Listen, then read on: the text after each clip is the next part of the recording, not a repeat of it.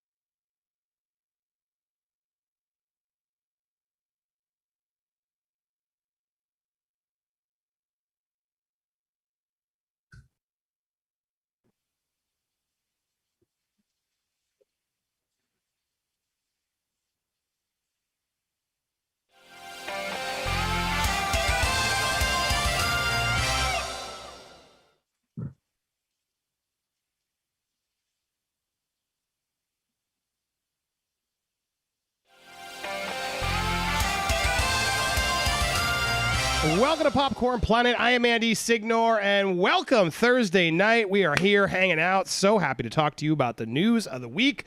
Lots of stuff to cover tonight, guys. Loki ratings are in. We're going to talk about Loki ratings, some Loki theories, as well as the new Aquaman 2 title was just released. Indiana Jones 5, plus 2 new series going to Peacock I want to talk about. Man, they're getting desperate. They need everything. So much more in store. I got so many bookmarked things I want to get through. Masters of the Universe trailer dropped, which was insane fun. So much to get through with all you, so thank you guys for being here. See so many wonderful people in the chat. What's up, everybody? Thanks for hanging with me. I don't know what, I have some sort of a sinus sniffly thing again. Man, this never ends. But I'm here, ready to go. I got my water. Who's with me? Oh, I see who's with me. Steph, the alter nerd and Adon of Nerd Tots. How are you doing, you two? Hey, I'm cracking on. How about you, Adan? How are you doing, mate? I don't know the term she used, but I'm going to say I'm great. I don't know what she said, but yeah. Means I'm sorted. I'm cool. Is mine? Oh, sorted. I understand sorted. Oh, yeah. I'm learning. Is my level better now, or is it too high? Is that better? It seems like I was a little soft, as you guys are louder. Tell me in the chat if it sounds okay. What's up, everybody? Yeah, good to see you both. No, not new lights. I'm just standing tonight because I've been sitting so much. I keep forgetting that I have my standing desk, and when I sit all day, I just become a mess, like those guys in WALL-E that just roll around on the chairs all day. So I'm very grateful I can do. I'm going to try and do tonight's show standing, even though I'm not feeling as up to it. But we're going to do it because you got to get up, exercise, drink your water, guys. Stay healthy. That's the goal. So yeah, guys, I'm excited to talk about all these topics. Loki. Did everyone see Loki? Are we all caught up finally? Can we talk about Loki? I am. And I know, we both did videos. We were on it. You were. I know you both did watch parties, separate times. Steph, the alternate Nerd Tots, 2 other alternative places to go get your nerdy content, so go support them. All right, well, let's get through it. We got a lot to go through tonight. I want to get through it, and obviously, thanks to everybody out there who wants to throw their support out. You know how it works. Thank you, mods. I already see you guys already sharing. In fact, thank you, Will Morris. I'll pin that one right away. If you guys have any topics or if you want to get involved in the conversation, you know how to do it. Supports the channel and gets you your voice heard in the stream. Members, always, I see you guys. I try and get you guys involved as well. Before we even get to tonight's show, guys, we got a sponsor tonight. Look what I got sent. I love when I actually get some cool perks. That's right, the 4K Indiana Jones 4 movie collection. Come on, it's really just a trilogy. But the 4K digital. I have the digital now. I can watch the digitals in high res because they're not. I don't think they're not on Disney Plus or anywhere else, right? I'm going to be trying to. I was trying to do it before this weekend since it's the This weekend is the anniversary, but I really been wanting to revisit the first 3. I'm probably going to skip 4. Maybe I'll do it before part 5. But really, I hear amazing transfers. I've seen a lot of other people get these and review it, and some amazing behind the scenes making ofs, new stuff. But the first 4K version of Indiana Jones will be available. I think this weekend this comes out. There's a Blu-ray version and a 4K version. So if you're like me, you've been wanting to catch up on Indiana Jones, let me know. I actually have an extra digital. I have extra digital codes for the first trilogy. I don't think the Crystal Skull one works, and I did it twice by accident. But maybe we'll figure out a way to give one of those away tonight. Somebody wants. Maybe we'll figure out a way to do that. But Indiana Jones 4 movie collection out now, out this weekend rather. So go support that. And thanks to Paramount for sending that out. I'll make sure you guys know that's out there and that you can watch your Indiana Jones in 4K. All right, so we can start there, actually. That's a quick one. Let's go, since we're talking Indiana Jones. They did just leak. It leaked. Leaked concept art as well as the title. Did any of you guys see it yet? No. You know me. I'm always fresh on this stuff. Indiana Jones, you ready for it? You ready for it? Indiana Jones. Any guesses? He time travels? Not the Crystal Skull? Not the Crystal Skull, no. He's going to, the Stonehenge?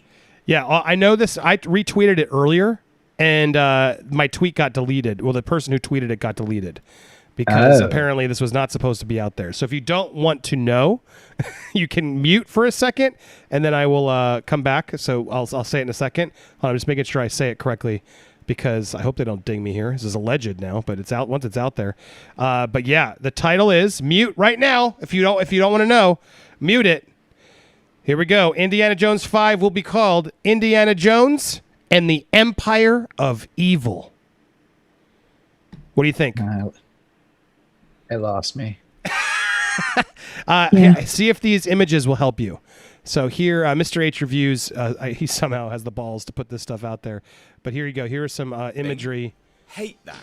Here's some imagery of like some sort of Nazi bell or something. There's a cool shot of Mads Mikkelsen. There he is. And some sort of big sky thing.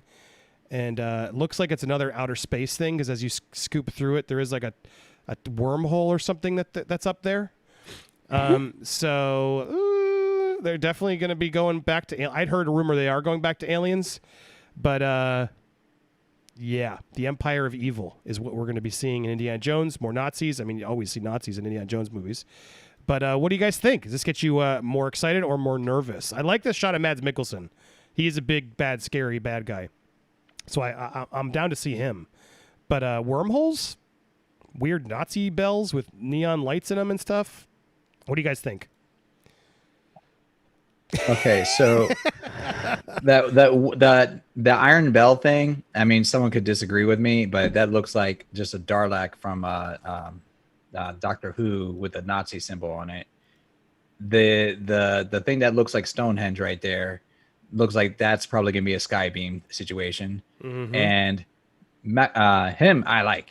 He looks good. I'm excited, but at the same time, like, come on. Yes, the Nazis are easy to depict as an enemy, but like that's the majority of your films now. Like, how long are we still going to be fighting the Nazis, Mr. Jones? Apparently, they're still going on. I mean, yeah, exactly. It didn't last as long as this movie as Harrison Ford's age has, right? I'm not a history buff. David March in there. How long was the Nazis' reign? Was it as long as Harrison Ford's age? Does it make sense that there's still, I guess there always would be secret ones, right? Like Hydra, they're just underground or something. But yeah, look, the title is, it's better than the Kingdom of the Crystal Skull, guys. I see a lot of you hating on this title, but you guys got to go back and think about, look at all the titles, right? Let's go through the Indiana Jones titles. Are they actually good titles? Raiders of the Lost Ark? Yes. Great title. Raiders of the Lost Ark sounds exactly what it is. And then you have Temple of Doom. Yeah, it works.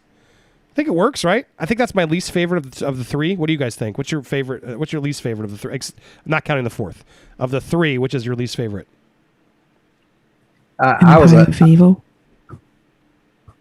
No. The three that are out that aren't Kingdom Skull or the one we haven't seen yet. The three good ones. Which one's your least popular? Oh, least popular. Least popular. Sadly enough, I've never really vibed with the Sean Connery one. Oh, that's my favorite. Last Crusade. I was gonna say Last Crusade. That's your worst too, Steph. Oh, you guys are nuts. Yeah. Temple of Doom to me is probably my least favorite. And look at this cool poster they put in there. Raiders of the Lost Ark. Temple of Doom is my favorite. But Kingdom of the Last Crusade's not a bad title. And what's it called? Kingdom of the Crystal Skull. That's just a terrible title. Seeing all four of these out. Here's another cool little map they give you in this set.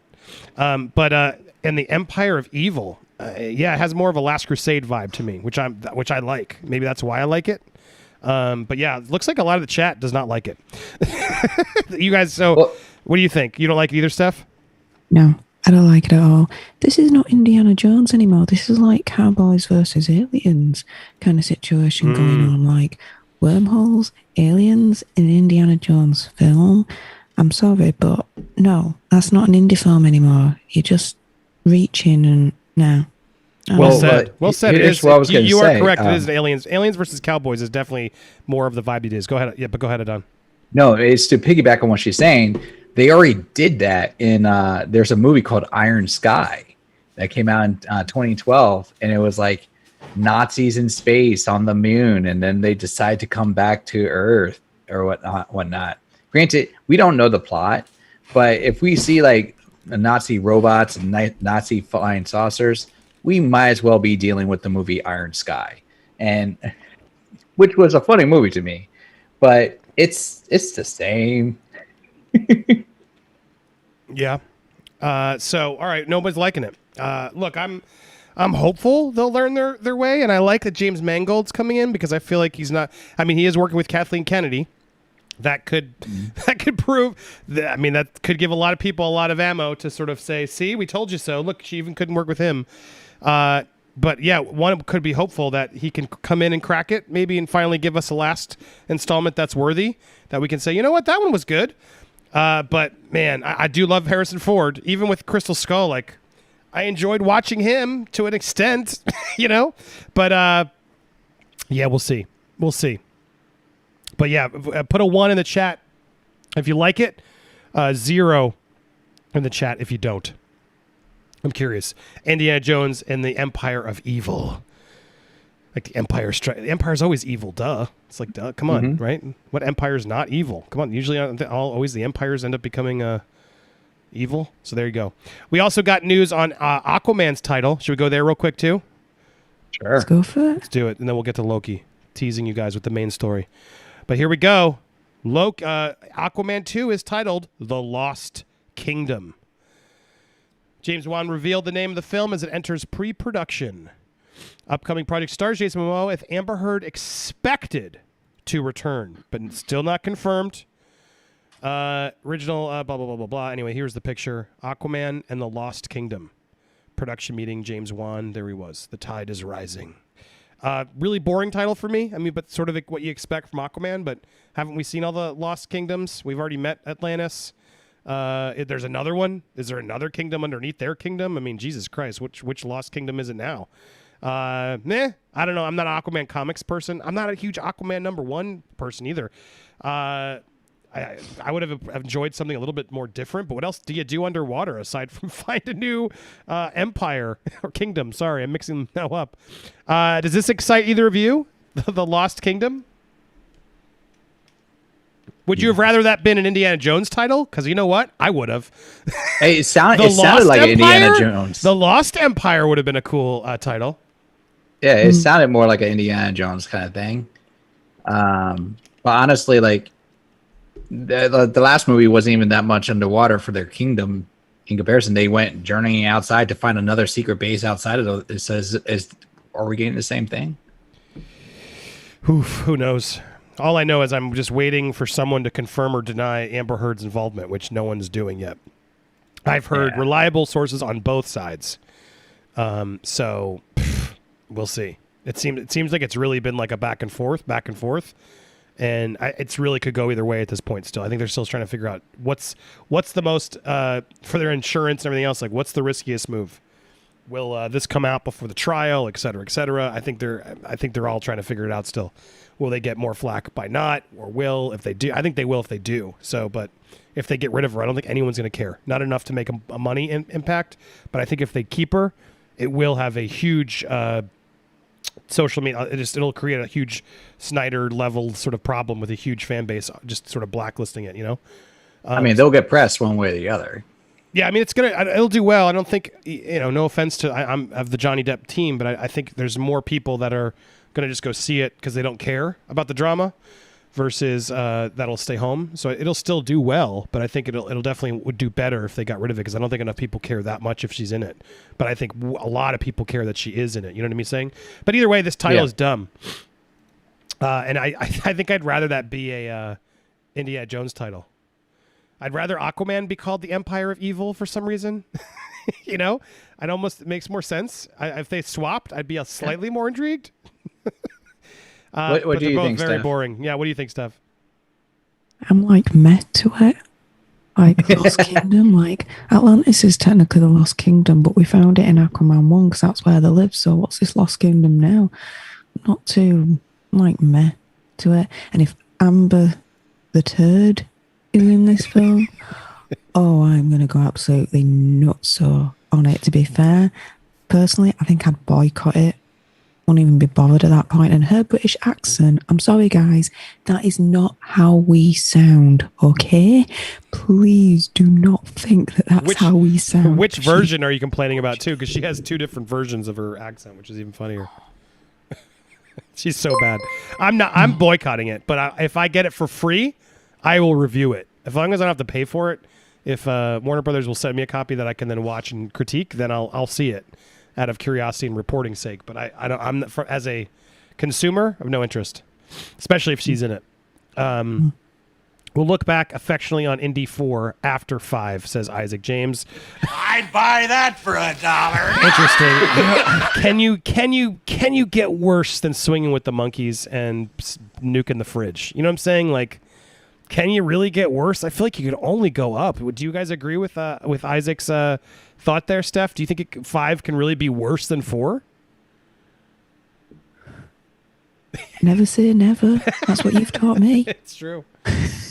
Jesus. Do you know what? I got a funny feeling with all these aliens and wormholes and spaceships and stuff. It might have a good chance. I just feel like James Mangold's a pretty good director, and I don't feel like because Spielberg is too, to be fair, but lately Spielberg, I feel like he phones it in a little bit. He just can do whatever he wants. He gets all the budget. It's all high quality, good crew, but he doesn't seem to like care as much. He's sometimes is rushing through 2 movies a year. Mangold feels like he hasn't really done. He's not at that level yet. He's still trying to prove himself as the auteur, and he needs a good commercial, successful film. So I don't know. Mangold's the wild card for me, where I would disagree. I hope we're wrong, and I hope that works. But what about you, Adon? What do you think? Do you think 5 could be worse than 4? What's our bet? Let's put that in the next vote for the chat. 5 or for 4? Put the number of which one you think will be worse. Number 4 or number 5? Go ahead, Adon. What do you think, though? You know what? As it stands right now, they have a good, like, if he's going to be the main villain, they have a good villain. But the other stuff that I saw image-wise, I'm going to stick with 5 being the worst. Wow. All right. Yeah. I'm going 4. Steph's going. Sounds like Steph went for 5. I went for 5. All right. We've Andy Damas is going to prove you all wrong. 5 will be better than 4. I'll go there. Bold words, my friend. I will bet it. And let's see. People are their votes are coming in. People are saying 4 will be worse. 4 will be worse. 4 will be worse. 5 will be worse. 4, 5, 5, 5. Oh, now it's getting evened out.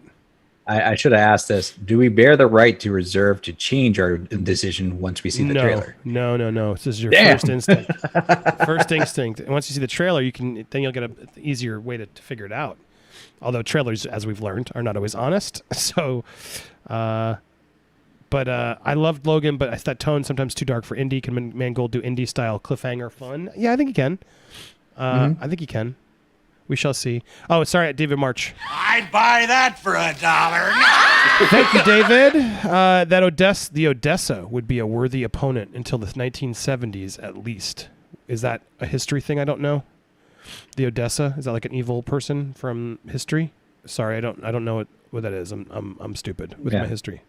And Myra, thank you, Myra. It would work. It could work. A lot of Nazis were occultists. True. Were there Nazis in 4?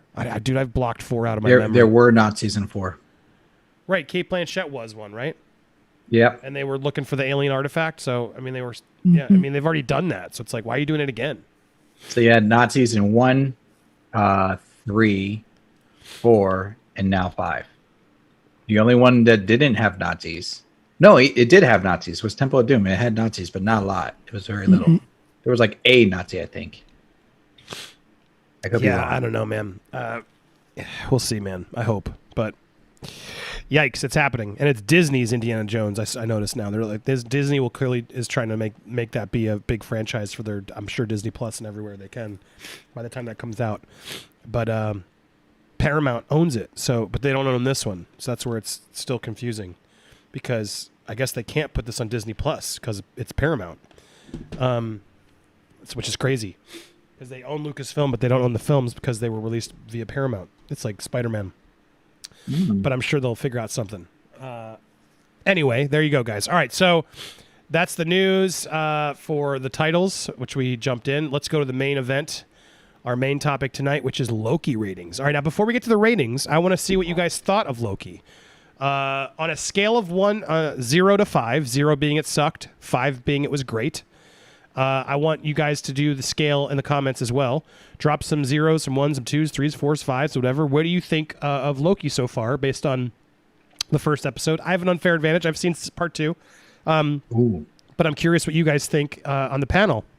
Steph, what would you give it out of a 0 to 5? 4. 4? Okay, good. Adon? I will give it a 4 too. There you go. Wow. All right. Yeah, I would give it a was going to say 3.5, 4. Episode 2, put it closer to the 4 than the 3. Episode 4 is better. Because episode 1 is a lot of exposition, as you guys just saw. That's why I feel like, and I predicted, as I was worried, I thought a lot of people were just going to be tuned out because they're like, oh my God, this is so much time mumbo jumbo and stuff. Like, where the hell F has the TVA been? So we're going to talk more, a little bit spoilers about episode 1. So if you haven't watched, tune out, I guess. I can put a little title up, actually. Why don't we do that? Mute spoilers. I have it here, so that way, if you guys want to come back, mute Loki Ep 1 spoilers. I will lose this when we're done. Okay, so there we go. But yeah, I was gonna say I thought it was fun, but I figured it would be a turnoff for a lot of people who are like, oh my God, this is so much exposition. But I kind of enjoyed it. What did you guys? Did you like them? I mean, just jumping in feet first and staying in there and setting the rules and saying, yeah, this exists. They also were smart and they did this. They solved that plot hole pretty early on. Where they just, because that was the first thing I'm thinking, well, what about the Avengers? They were time traveling, etc. And then they made that little one-off line where she's like, well, yeah, they were supposed to do that. That was allowed. You leaving wasn't allowed. That I thought that was a very clever way to just establish that plot hole and just be like, nope, you guys, see, we knew you were going to say that. We figured it out. But what did you guys think? We'll go to you, Steph, first. Did you like all the exposition and the setup for everything? I liked it because it was needed. If you're going to introduce something like the TVA that hasn't ever entered the MCU cinematic universe before, then this episode needed to do what it did, which was a big, massive setup for, okay, this is the TVA, this is what they do, this is their purpose, this is how Loki's going to fit in, and these are the characters, and this is their backstory. I appreciate that they did that for episode 1. They had to do that. If they didn't do that, then people would be like, what the hell's going on? Who is this TVA? What do they do? What's the purpose? Why are they there? Why is Loki there? You know, there'd be so much outrage with it because, like, we dealt with ambiguous MCU series, i.e. WandaVision, and everyone was like, what the hell's going on? So I appreciated episode 1. Loki just laid it out all on the line. This is the situation now. If they continue that in episode 2, where it's all exposition, then I'm going to have a problem. But so far with episode 1, I'm cool with it. You don't know. I'm going to make sure I don't miss. You guys don't know the mission yet, right? They gave the mission at the end, where they were talking about like why they want him. Which was what? To find another variant of Loki. Okay, good. Yeah, I just want to make sure I didn't spoil it if I didn't go there yet. But yeah, because episode 2 just did. Well, yeah, but we're talking about episode 1. I'm just saying I don't want to spoil episode 2 for anybody. Episode 2 is that we start the mission. So it's like there's still some exposition and some stuff that has to be explained, and they do. But it's all right. Now we're seeing, can we put Loki on this mission? Will they let him be on a mission? Is he good on a mission? Is he bad? It becomes more of that, of setting up the procedural. And by the end of the episode, it opens up more potential of like, okay, this is where it's going. I'm not going to spoil anything of that moving forward. But yeah, so you don't have to worry about. There is definitely some exposition moving forward, but it's more now you're moving into plot instead of exposition. But my favorite thing is still Owen Wilson. I think he's great. I love the scene now that we can talk about it more freely. The scenes with him and Loki talking, I thought were actually fantastic because it was just really fun to see somebody immediately know a character in and out, almost better than he knows himself, as they're sort of going through his life, like and Owen Wilson asking like only Owen Wilson can do because he has this sort of caring attitude to him. I love this scene, the back and forth scenes, the sort of buddy cop sort of going of like Owen Wilson challenging Loki, like, well, do you actually want to kill people? Like, what's your goal? I found all that really fun and interesting way to sort of really get into a character that we've seen so much, but really open it up more, and then immediately set up Owen Wilson to be a really good, authoritative, strong character to go up against him. Where like, how else would you have? And then he's just a guy at a desk, but has this weird place that he works that has a lot of power and stuff. You're like, damn, this is interesting. So I thought their dynamic really is what kept me most interested. And I got to say, episode 3 is gonna be the one where I'm like, all right, I think episode 3 is really where we're gonna know, is this working or not? because episode 2 sort of has an event and a moment that you're just like, oh, okay, and then it's it leaves you on a cliffhanger where you're like, crap, I want to see the next one, even more so than I think you guys want to see this one. So that I think 3 is where we're really going to tell does this show have legs or not. But what do you think the ratings were? Do you think it did better or worse than the other 2 shows? Oh, no, Steph, you go first. Ladies first. Better. Much better.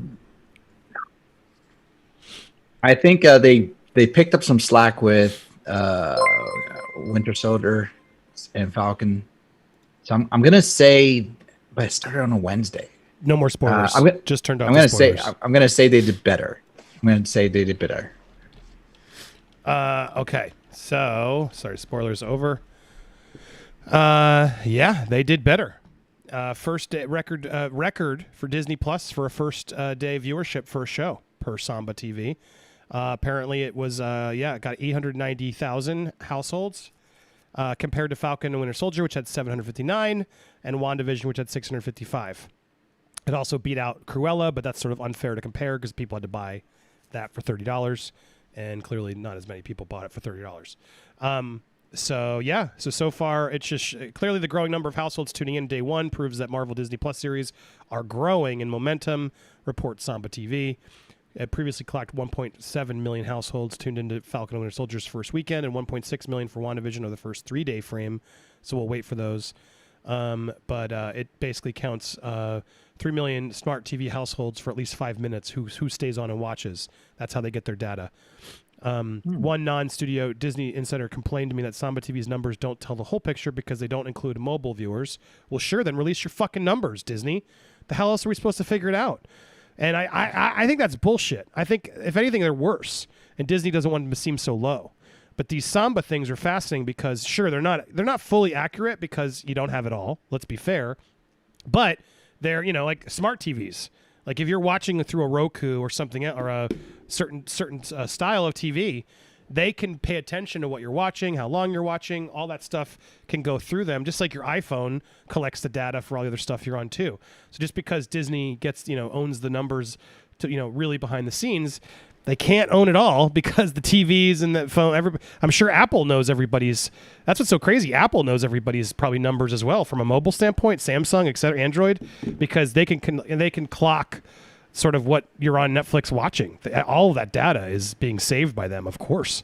So while it's not fully accurate, to hear Disney frustrated, well, then release your fucking numbers. There really should be a way that these studios, are required to, show some more transparency. But now that Netflix has gotten away with it for so long, they're never going to do it because you have control and not revealing your ratings. But I wish the talent and other people would just sort of stand up and unite and say enough is enough. We want to know the transparency of what these ratings are, but it's never going to happen. But in the meanwhile, the Samba TV ratings is one way to sort of get an idea of it. And so Disney's trying to clearly say it was more, but they haven't announced it yet. So that's all we can go off of. But so what do you guys? I mean, it sounds like I'm not surprised. Tom Hiddleston's a big actor. Owen Wilson's a big actor. That's their biggest people I feel like they've had so far in the show. Do you think it's going to continue to grow? I mean, do you feel like I had some mixed reactions online actually. Not everyone was loving it. I saw a lot of people were like, I got bored, no interest. This is now I'm third show I'm checking out. Do you feel like that's going to overweigh the ones who are excited? What do you think, Adon? I'll go to you first. No, I think the ones that are excited are going to overweigh the ones that are not. And let me put it this way. My brother was not a fan of Loki. He did not like Tom Hiddleston. Well, he likes Tom Hiddleston as the actor. No, the character. Gotcha. Like in the movies or and the Avengers, he thought Loki should have died a long time ago as a character, and he did not. He felt he was overused. So he walked into the show thinking, "Here we go, another Loki." And he walked out. He's like, he wants to see episode 2. And he's like really intrigued. And he's now liking the character.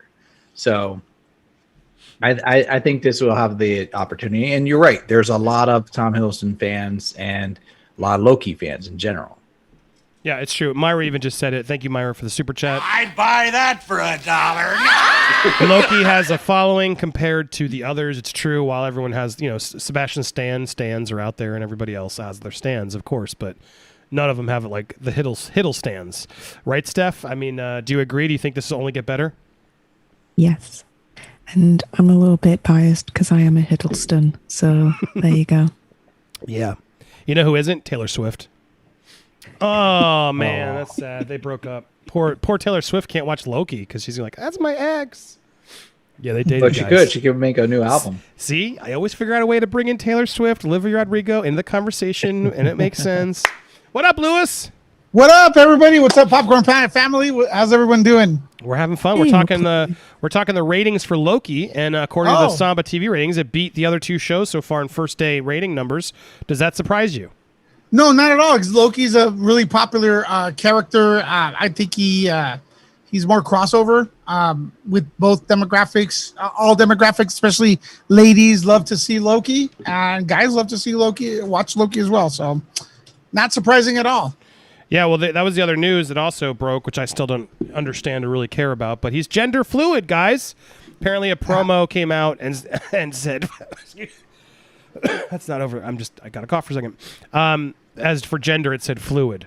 And so they made a promo just to announce that. Well, it was in the background on a file. So when those who searched and looked on the file, they could see that they officially finally said it.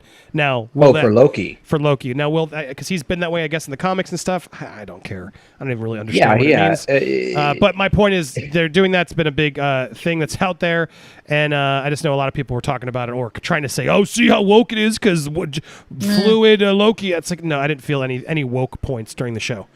I'll be if they want shock value, just show it. Show them with the Well, no, I know what they're referring to because in the comics he has been a woman, like full on woman, not the illusion. He's like actually been in Lady Sif's body for a while, for a couple of years, I think. And so it's like I think that's a homage to that, really, and that he's comfortable with going either way. I mean, if you're a shapeshifter, wouldn't you be gender fluid? Like, honestly, that is the best definition of gender fluid. I can imagine if you're a shapeshifter named Loki, yes. Then no one should be complaining that that's woke. That's legitimately what he is. Hey, look who's here, Stormy. We got a full panel now. What's up, Stormy? As she's adjusting her mic. But yeah. Well, how old is Loki, though? How long has he been around? Hey. Hello. How old? You mean in the comics? I don't know how old you mean like in the character's age? Yeah, that's a good question. Yeah, the character's age. He's a god. Do you know? Ageless. Is he immortal? No, he's just like Thor. He's a Norse god, so he's been around for millennia. Well, if I'm that old, I'm gonna go gender fluid too. Shit, my cat better watch out. See, all right, hold on. I'm not gonna call. My animals are. I'm not gonna call out who said it, but.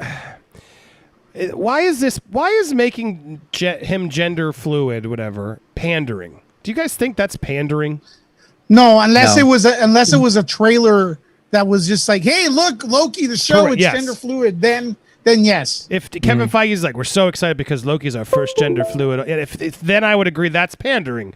But honestly, I don't feel like they ever at any point made it feel like that was a big deal. So, and I've seen some people trying to. I don't know what the woke complaints about Loki are. I didn't feel anything woke. Did you? Because you asked me, Steph, like, oh, is it going to get woke? Did you feel anything woke in the show? No, which was really, really good. Yeah. I was scared that it was going to be because that had been released that he was gender fluid. But I didn't get any wokeness from episode 1 whatsoever. So yeah, freaking awesome that. Yeah, I saw people trying to complain about it, and I don't understand. I was happy to see different body types because one of the officers is not your traditional scrawny person, you know. Yeah, well, I think that was part of the issue. Like, there's 2 black actresses in the show, and they both have strong characters. And I think that's certain people like, oh, I think that shit pisses me off. Now we're getting racist. If that's what people are complaining. Is about. That what you're saying now? I mean, I'm not going to call people out, but I've seen a couple sort of try to make that seem like that's woke and it's tokenism or I don't know what the fuck. I didn't get any of those vibes. I thought the cast was great. I thought there was no talking of it, and so I enjoyed it. And yeah, I thought all the cast was great. I agree. It was different. I liked her that you're talking about the security guard. Yeah, it's good to see because in the real world, not everyone's like supermodel looking. Agreed. And you know what? I gotta say, imperfection is perfection to me. When I see a lady or a man that is not perfect, they're more attractive. You know, to me, I don't know. It's the way I look at it. Because I mean, I know Hollywood and casting is all about like you have to be beautiful, whatever. That's to try to look for. But if it's too perfect, I don't know. It's kind of like that day we were looking at the ladies competing, and they were all filters. The filters didn't do them any favors. They look better in their without the filters.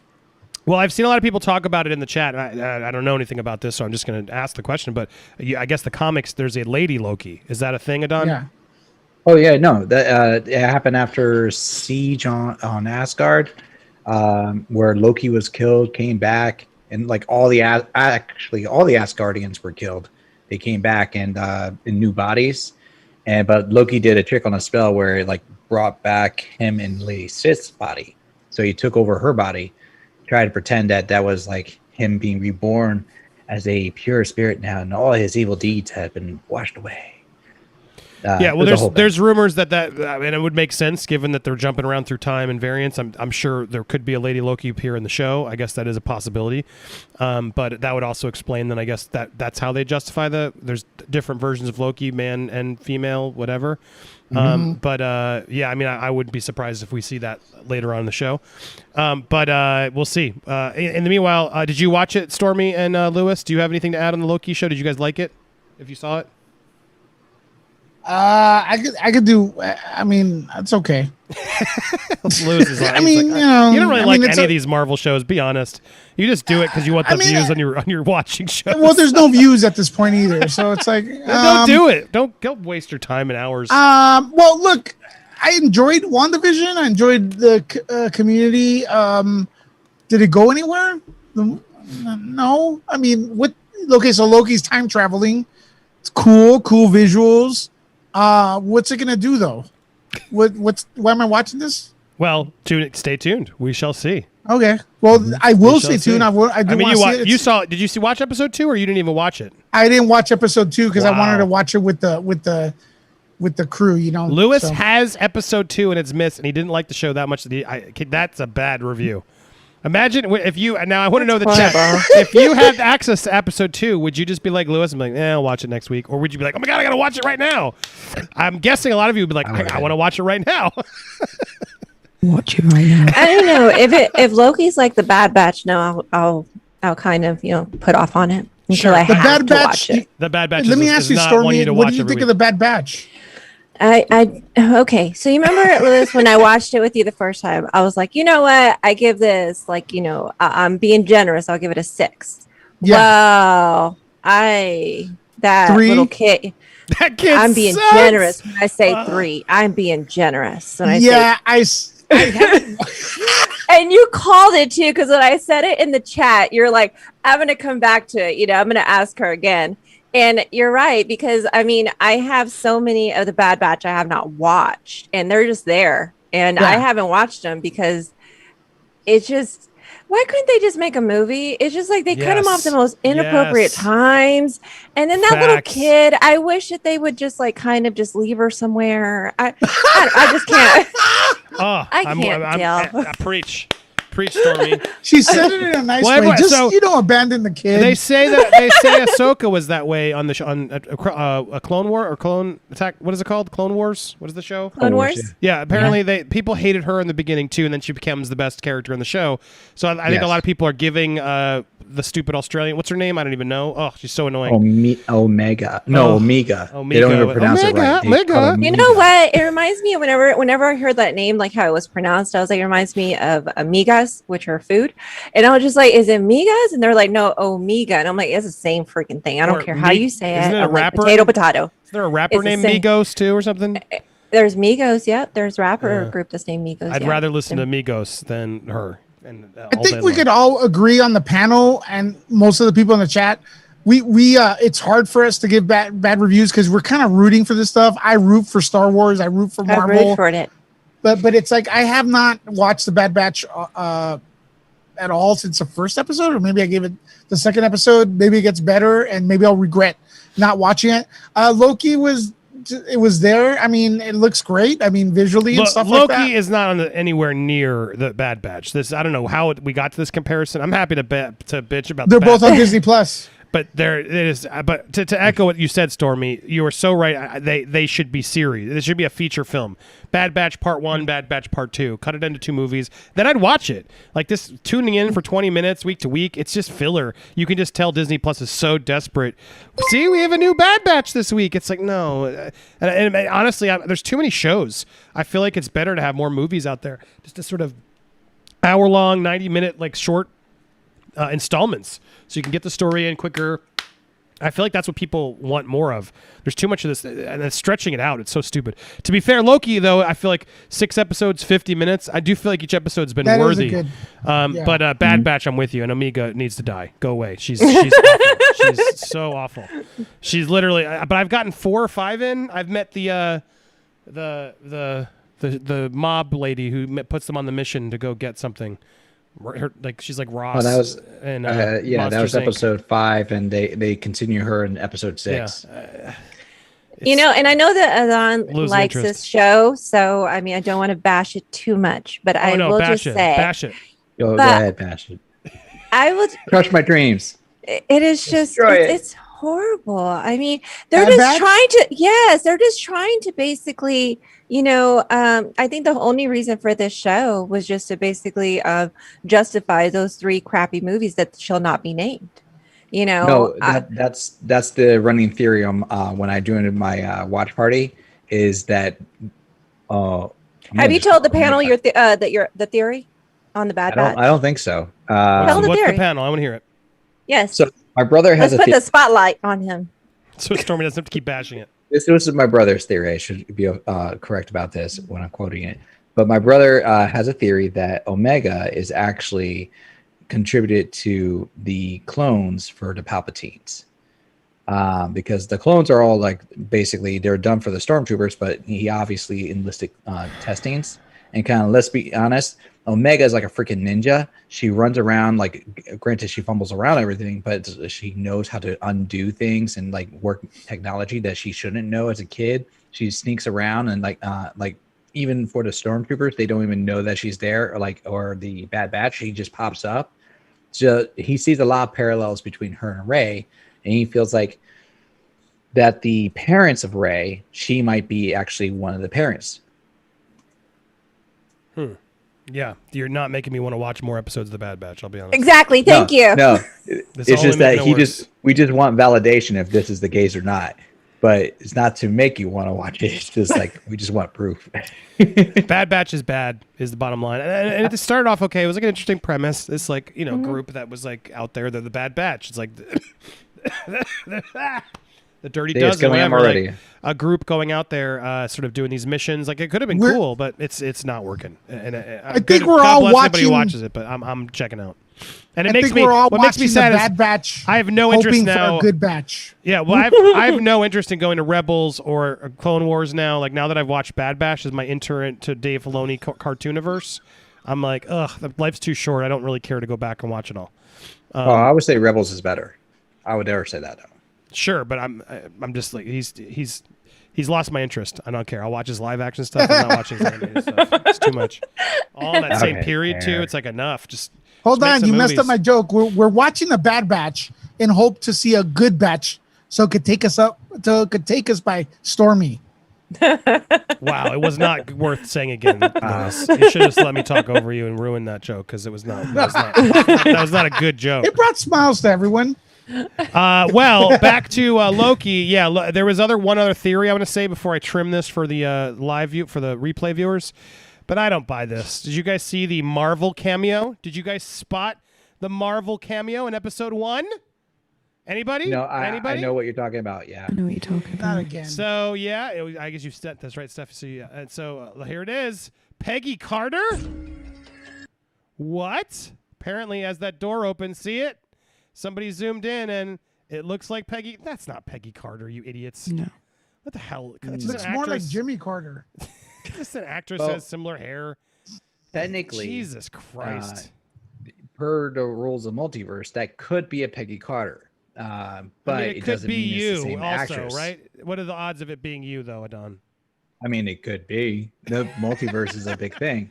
Could be Darth Vader. I mean, what the fuck is your point? It could be anything. I mean, there's also a fan. Oh, that'd be great. But there's also a fan theory that it could be like Peggy Carter for Captain Britain, because like they could say like that's the what if version of her coming through. See how cool they had like Roger Rabbit just come in or something. It's Disney. Like you have an opportunity to have a bunch of crazy variants thrown. This is where you can do Space Jam. You know what I mean? No, not in this one.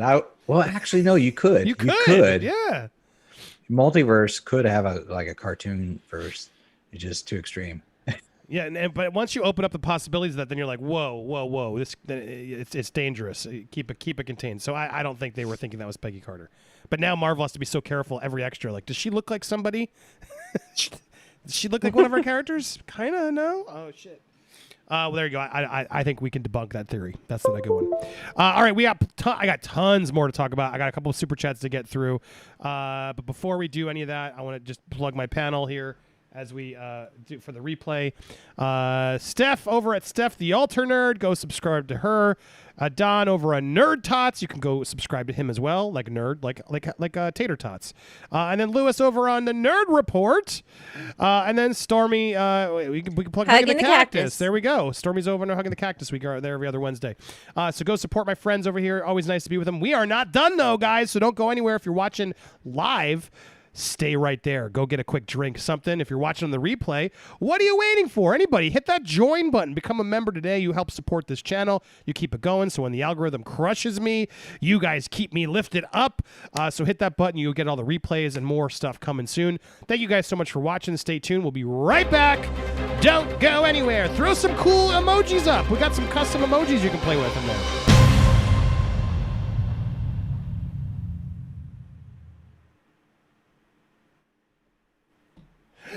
And we're back. That was quick. There we go. Thank you, guys. All right. There was a couple super chats, and then I'll go to see if you guys have anything to add. And we have plenty of other topics we can go to. I'll make sure I got it. So David March, thank you, David. Back to what you said. I'd buy that for $1. The Odessa is an organization of ex-SS who's tried to keep people like Mengele and others free from being arrested. A real shadow brotherhood. I sort of know what you're saying. That sounds like it could have been interesting. Could have done that. They could have done something else in the Indiana Jones world, right? They don't seem to want to take a risk. That's a mistake. Tony Corrant, thank you, Tony. I really enjoyed the episode, especially when he sees himself die. That bit was done really well. Also, Owen Wilson's acting was really strong. I felt wow. It's true. I felt the wow too. Did you guys feel the wow? That scene, I think, particularly the watching Odin and everybody, it really gave Tom Hiddleston an opportunity to really show his gravitas. It was good. Yeah, Steph, you're like, Yeah, I liked that bit because we got to see Loki in a very different emotional state that we really haven't seen him in before. So I definitely appreciated that scene. And then Myra, we got you already. Loki's got a following compared to the others. That's true. And then Tony back again. Thank you, Tony. Bad Batch got bad real fast, but they got a cool Lego set coming up, so I check it out. Omega is super annoying. There you go. Omega, and that Australian accent. It's just the voice behind it. Everything about her is annoying. I don't know who it is, but man, they should have cast someone better. When you have an annoying kid character, don't give an annoying kid voice too. That doesn't help things. So awful. All right, well, we're all caught up. Anybody, panelists, how are y'all doing tonight? Before I go to the next topic. Well, I want to take over real quick. Please I want to say I'm doing great. Stefania helped me with my channel's layout. She is freaking excellent, and stuff like that. And we are all lucky to have her as part of our team. Mm-hmm.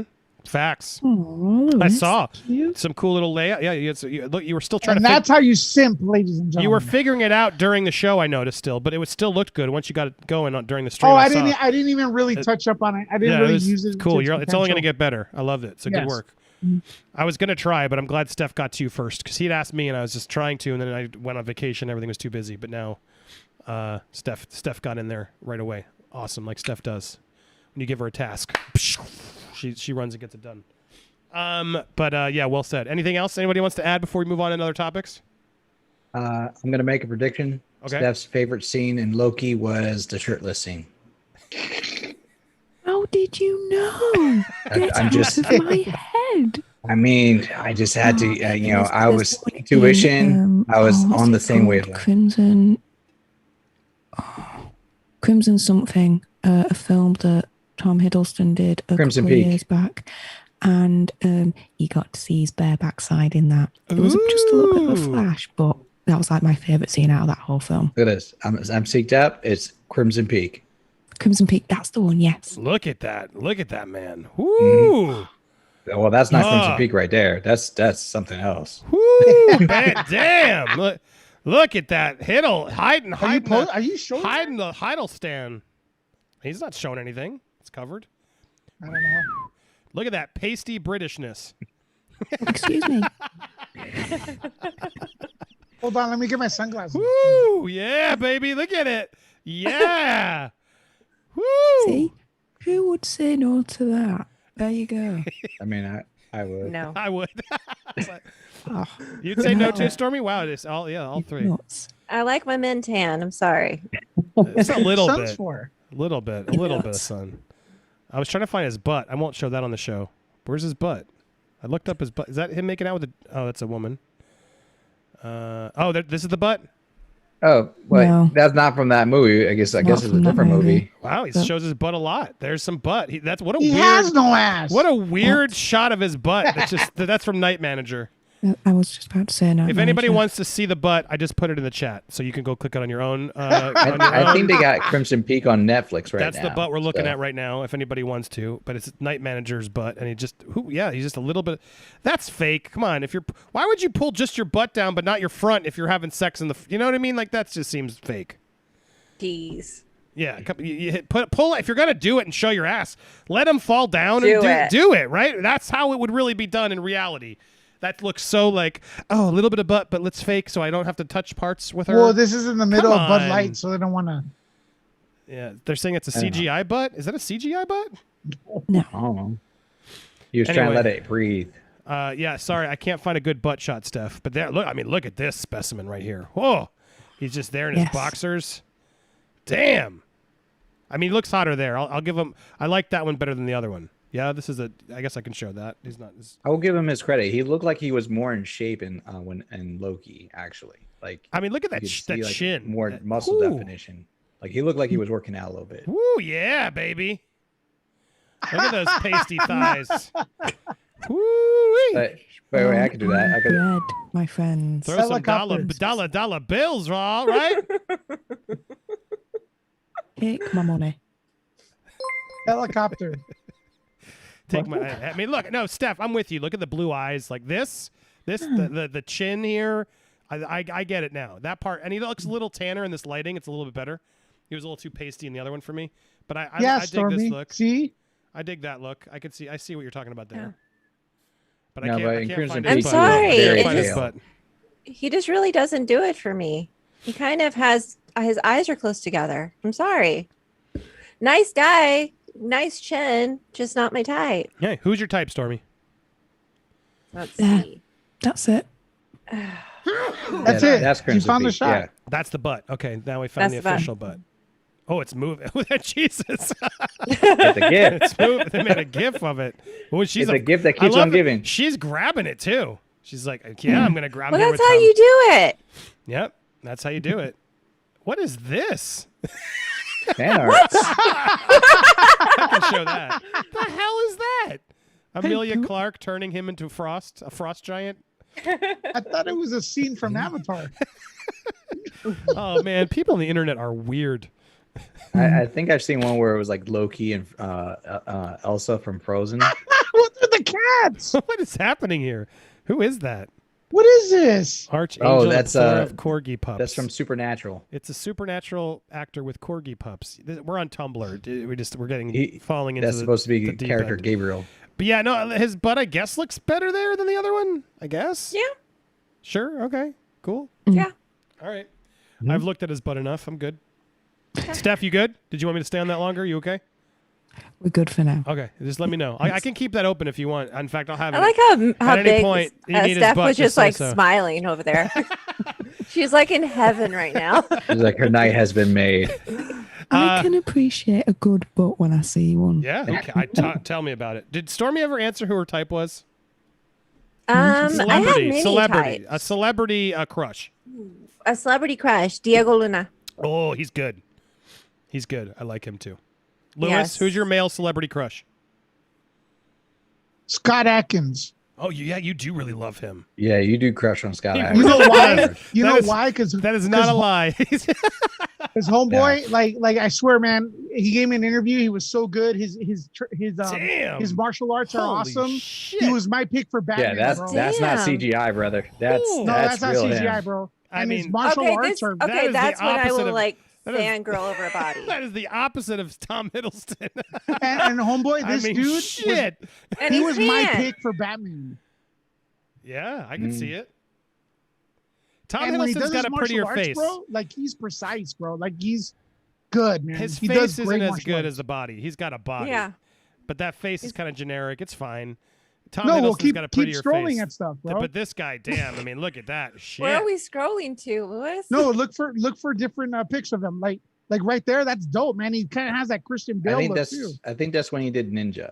Yeah. But Crap, like, it's too small. Boyka is when he's that's a small picture, but that's probably one of the biggest he's gotten when he was like that, because he was hitting the gym hard, and he did that character for about Why isn't he on Cobra Kai? That's what I'm saying. If you add these kind of threats to Cobra Kai, that's when should be an in his prime Cobra Kai sensei, teaching kids to kick everyone's ass. You know what I This mean? is the guy that he wants Daniel LaRusso to fight. No, he wouldn't be fighting Daniel Russo. Daniel Russo's dojo will be in trouble because this is now the top in his prime sensei. Because remember, in Cobra Kai, all the senseis are past their prime. We're the guys that were Kreese's age, and we're those guys. They've got to be around. Bring this guy in, right? I agree. We need more, some. So we talked about that. Some stunt casting would be The fun. Yeah. Sith. So Yeah. whenever you were interviewing some of the Cobra Kai castmates, Lewis, did you ever tell them these thoughts or your theories, suggestions? Not with actors, because the problem is, there's a few things. Actors don't know what's going on, really. They just read the script, and a lot of them just do the work, and they do a great job, especially in Cobra Kai, right?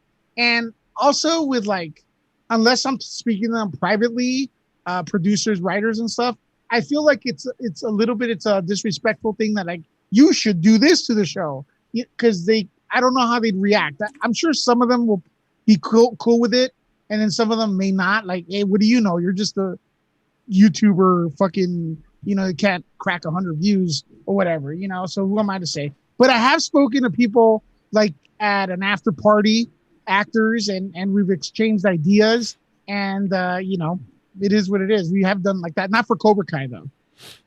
Okay. But they're listening, they're watching. The guys that run Cobra Kai, they're fans. They're watching us. They're watching big channels like true. Popcorn Planet. They're watching your commentary, Stormy. And anybody, you tweet out, they're looking, because I've gotten likes from them, right? So if you guys have any ideas, a lot of these creatives, they do take stuff into consideration. I tweeted out once that the guys in charge of Cobra Kai should do a Star Wars movie. And if you watch season 3, it's kind of like a Star Wars movie where like the kid turns bad or whatever. And they liked my tweet. So, You something. maybe put that little buzz in their ear, maybe. Yeah, maybe I did, or maybe it's something they were planning. Real quick, chat. No, Thor is not my type. No. Scott No. Adkins. If I have not made it clear, I don't like blondes. And no, not a Thor. No. Which ma'am. Marvel? No, sir. Which Marvel character would you pick? That's a hard one to answer. It's Chris really Pratt, Chris Evans, Paul Rudd. Idris Elba. Paul Rudd's hot. I would choose a Paul Rudd. I would choose a Paul Or Rudd. what about yeah. Benicio del Toro? Nah. Mm-mm. No, okay. I thought maybe like. Hard. Unless I'm really drunk, and if I know drank, and if I was really drunk, a lot of ladies I know love him. no, doesn't do it for me. Toro. Yeah. But I can't do the voice. All right, I got something that'll get Adon hot. Ready, Adon? Since Stormy just knocked all your stuff. How about this? Ready, Adon? You ready for this? Go ahead, At hit me. dawn, a Lord of the Rings anime film is in the works. The War of Rohirrim. The War of Rohirrim. Rohan. Rohirrim. No, Rohirrim. Rohirrim. Rohirrim. I'm sorry. We're like butchering this really bad. Stefania, please help us here. Or Storm, either of you. Rohirrim. Rohirrim? Rohirrim. Do you know it? Literally having trouble saying it. Rohirrim. Steph, so do you know what that is? Yeah, it's Rohir.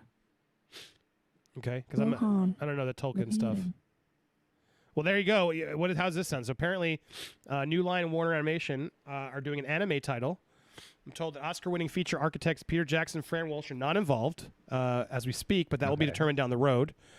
Return of the King scribe Philippa Boyens will be a consultant on the new project, directed by Kenji Kamini. It's being fast-tracked with animation work done by Sola Entertainment, voice casting currently underway. So yeah, they're really tripling down to getting more Lord of the Rings content going. This will focus on a character from the book's appendage, the mighty king of Rohan, Helm Hammerhand, and a legendary battle which helped shape Middle-earth heading into Lord of the Rings. The anime pick will expand the untold story behind the Fortress of Helm's Deep, delving into the life and blood-soaked times of Hammerhand. Overall, the movie is a companion piece to New Line's Lord of the Rings trilogy and set roughly 250 years before the movie during the Third Age. Note, Amazon's upcoming Lord of the Rings series is set during the Second Age. And there's a lot of rumors and stuff saying that show could be a huge clusterfuck failure. So is this when they were rejected by when Gondor, they asked, it was a beef they had with Gondor in the movie they briefly spoke about. I'm thinking it's probably about that. I'm guessing. I'm not. Steph, who knows Tolkien the best here in this panel? Raise your hand. Somebody. Sorry, excuse me? Do you know J.R. Tolkien the best, Steph? Are you a fan? I know a little bit. See if I can answer your questions. Does this sound entertaining or no? To be fair, it does. It does sound really, really interesting, especially about the bit with Helm's Deep and getting to know a little bit more history about that. I'm more interested in this than the Amazon one. Let's put it that way. Yeah. Yeah, it's interesting. They're spending so much money on that Amazon one, and now like they're going to come out with an anime project that all the fans are probably going to like more. That's going to cost a pittance compared to what they're spending over on Amazon for this massive series. I don't know about that. I think Amazon's going to try to compete with what is that, the HBO Max thing they have. So the HBO show they had with the dragons and Game stuff. of Thrones. Game of Thrones. Prequels to Game of Thrones. Yeah, but this, I'm with Steph. This sounds interesting. I read the title wrong, but the only thing is I don't like its animation, so I'd rather see this come to life. Kind of when they say animated Lord of the Rings, I'm thinking, you know, the one they came out with in the 70s or 60s. It's weird, no, my friend. Animation has progressed so much more since then. I know, but to me, live action really happened. Animation still animation. Lewis, that's where you need to let your imagination roam free. Yeah, I love animation. It is, but I wanted to run free in the real world. I just got the. Did you get access to Luca, Lewis? Maybe. Yeah, we're not supposed to say. I don't know, but I got the screening pass for the new Pixar one, and I think that looks beautiful. I love animation. But Italian, right? The Italian one. Yeah. So I'll review when I'm allowed to post it. But yeah, look, I don't know. I don't know anymore. What's interesting about the Lord of the Rings show? I'm curious. Let's pivot to that. And sorry, I'm going to make sure. Chris Webb, thank you, Chris Webb. I'd buy that for $1. Way to go, Andy. Just don't piss her off. Good luck, brother. Was that Steph? Was I pissing off? I don't remember who that was talking about, but I won't piss anybody. I'll try not to piss anybody off. But Lord of the Rings wise, this Amazon series is interesting, right? There's a lot of people calling it woke and trying to cancel it before it's even out. And I'm not gonna listen to them. However, like, it's weird because Game of Thrones wasn't popular out the gate. Like it was a slow build because people were watching it and recommending it, and it got bigger. It was like Breaking Bad. It got bigger as each season went. I'm curious. Do you really think do you think the $1 billion they're spending on Lord of the Rings for Amazon is a wise move if they're not trying to make sure it's for everybody? like, and not make sure it's like against the woke crowd's going to get us? Or you feel like when you spend $1 billion on something, you got to just make something completely by the book, embrace it, do it, go, keep it fun, entertaining, go and do it. But I don't know. Do you guys think that could be a big bomb? Well, I'm curious around the bend. Let's start with you, Steph. You're a Tolkien fan. You seem nervous. What's, I guess for you, since you're nervous, what's making you nervous about that Amazon show? They're putting in so much money. I mean, shouldn't that be a good thing, though? You're like, damn, cool. We're going to get a really cool... I mean, apparently it's to build the world, which they'll be shooting in for, multiple series. It's an investment. Isn't that kind of good? It can be good, but then on the other side, it could be bad, because if you're spending so much money on a series, it's like overcooking something. Cook it just right, perfect. But if you overcook it, it ends up getting burnt. And I feel that's what they're potentially doing with Amazon. They're overcooking it. They're just throwing way, way too much money at it, that I think that's going to ruin it. And to be fair, if it's all going to be about this woke bull and all that lot, that's not what Tolkien's stories are about. It's about an adventure. It's about Middle Earth. It's based on Yorkshire, by the way. Big up Yorkshire. None of this woke stuff or anything like that. So I just kind of feel that it's going to be J.R.R. Tolkien by name, but in its, like, I don't know, its soul, I don't think it's going to be there.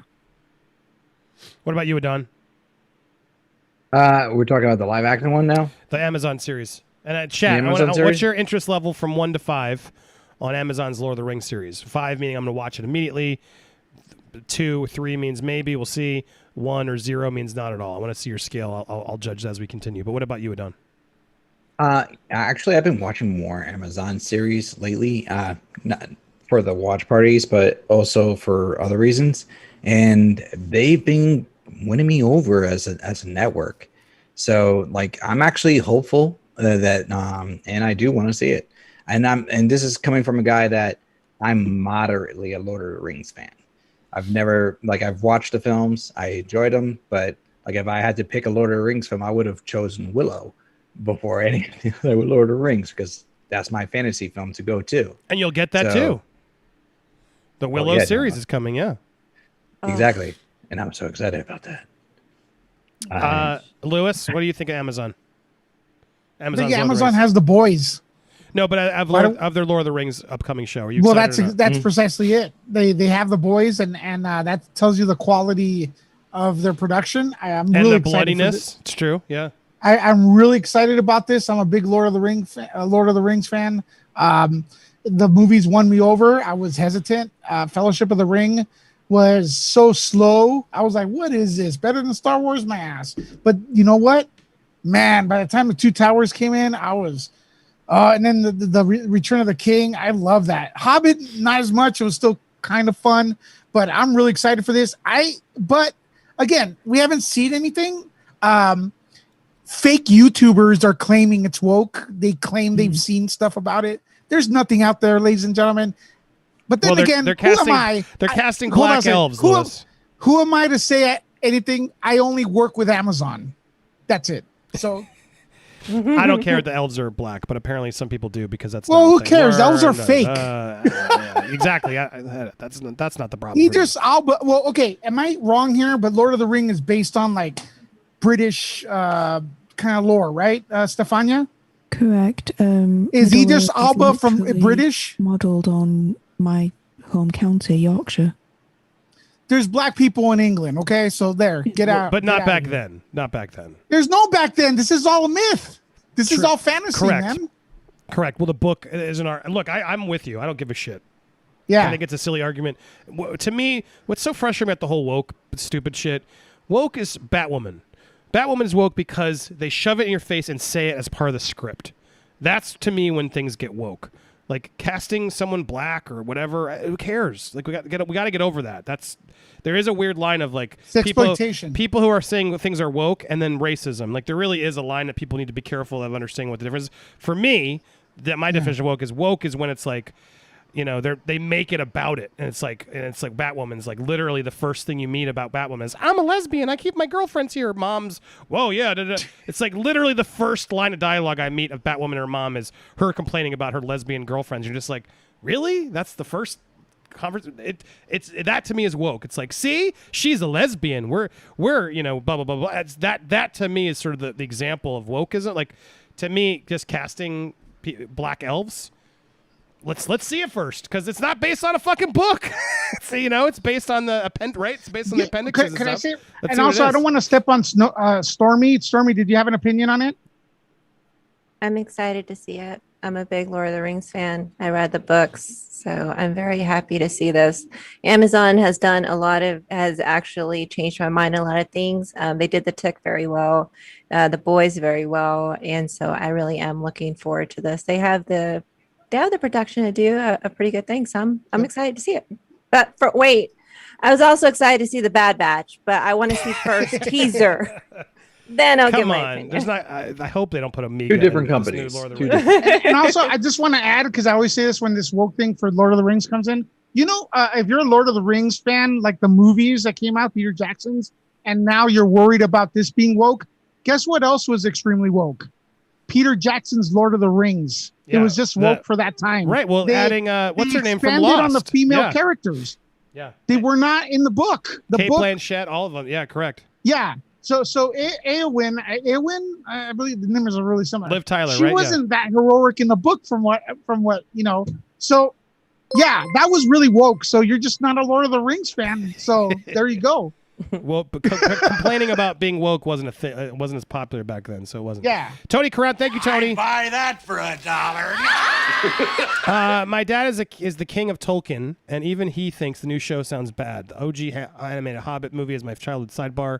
So hyped for Luca. Me too. I'll let you guys know it is. And then to clarify, my dad isn't thinking that not because of wokeness. It just doesn't sound exciting to him.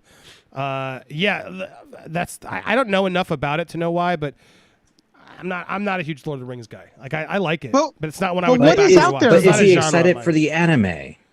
Yeah, exactly. The anime. I bet you. Does that sound more interesting to your dad? You have to tell us, Tony. With all due respect, though, what is out there? What information about this show is out period, there? Some of the character, the casting, made up stuff from YouTubers and everybody's. No, there's a synopsis. There's a synopsis. Yeah, it's set before the actual Lord of the Rings. You know what? You know who's also really into Lord of the Rings, an expert. The Tolkien Estates, and guess what? They signed off on this one. Anyway, meaning they gave their approval. Yes, and they did not approve Peter Jackson. So which one? Do that? They're very stingy on it. Yeah, Lewis has so got that should be very promising. That is. It's a prequel series. Anyway, you can. There's a lot. There is stuff in there you can learn about it. But yeah, that is true as well. I know there was a lot of drama with the estate or the son, and then they didn't want to sell it, and then I think they just did finally sell it. So there's. I mean, they gave a lot of money. Because I remember when I was in New Zealand for Screen Junkies when we did War of the Planet of the Apes, they did a screening of Fifth Element, and they got Wellington, I think it is, right? That's where Peter Jackson's studios and all. It's incredible where Weta is. Weta. It's incredible. I was so lucky I got to do that before I lost everything and got to do an amazing Weta tour and everything. And I got to tour around New Zealand, and they had this amazing downtown theater where they show like old movies and stuff. When we were in there, like all the people of Wellington show up, and I remember sitting there, and my tour guide who was there, this guy was from Weta, and another guy, they're like, "That's J.R. Tolkien's like great nephew," whatever it was, who had some sort of control on the property. And I remember him filling me in. I don't remember it all now. A lot of has moved on me here, but there was serious drama in the Tolkien family. There was a side that wanted to grant more rights, ka-ching, and a side who was like, no. JRR would never want it. Let's respect the legacy. So when you say they're finally on board, I don't know what happened recently, but I imagine there's some sort of faction of the family that's like, yes, let's cash in. They're very protective of and the other one's not. So maybe they met in the middle and finally greenlit something, but I know there was there was drama there, which you'd think like, fuck. And that, well, clearly they're making an anime series. They're making this. It's a lot of fucking coin they're going to start making. So the War of Rohirrim. There it is. It's Stefania, coming. please help. Rohirrim. Rohirrim. They say this in the movie. I don't know. I forgot. is coming in the movie. All right, well, here's 2 more movies to look for. No, fuck you, New Yorker. MacGruber! They just cast 2 actors, and I'm really excited. MacGruber! Sam Elliott? MacGruber! Sam Elliott has joined MacGruber along with Lawrence Fishburne and Mickey Rourke. Holy shit. My excitement level for the MacGruber series just grew threefold.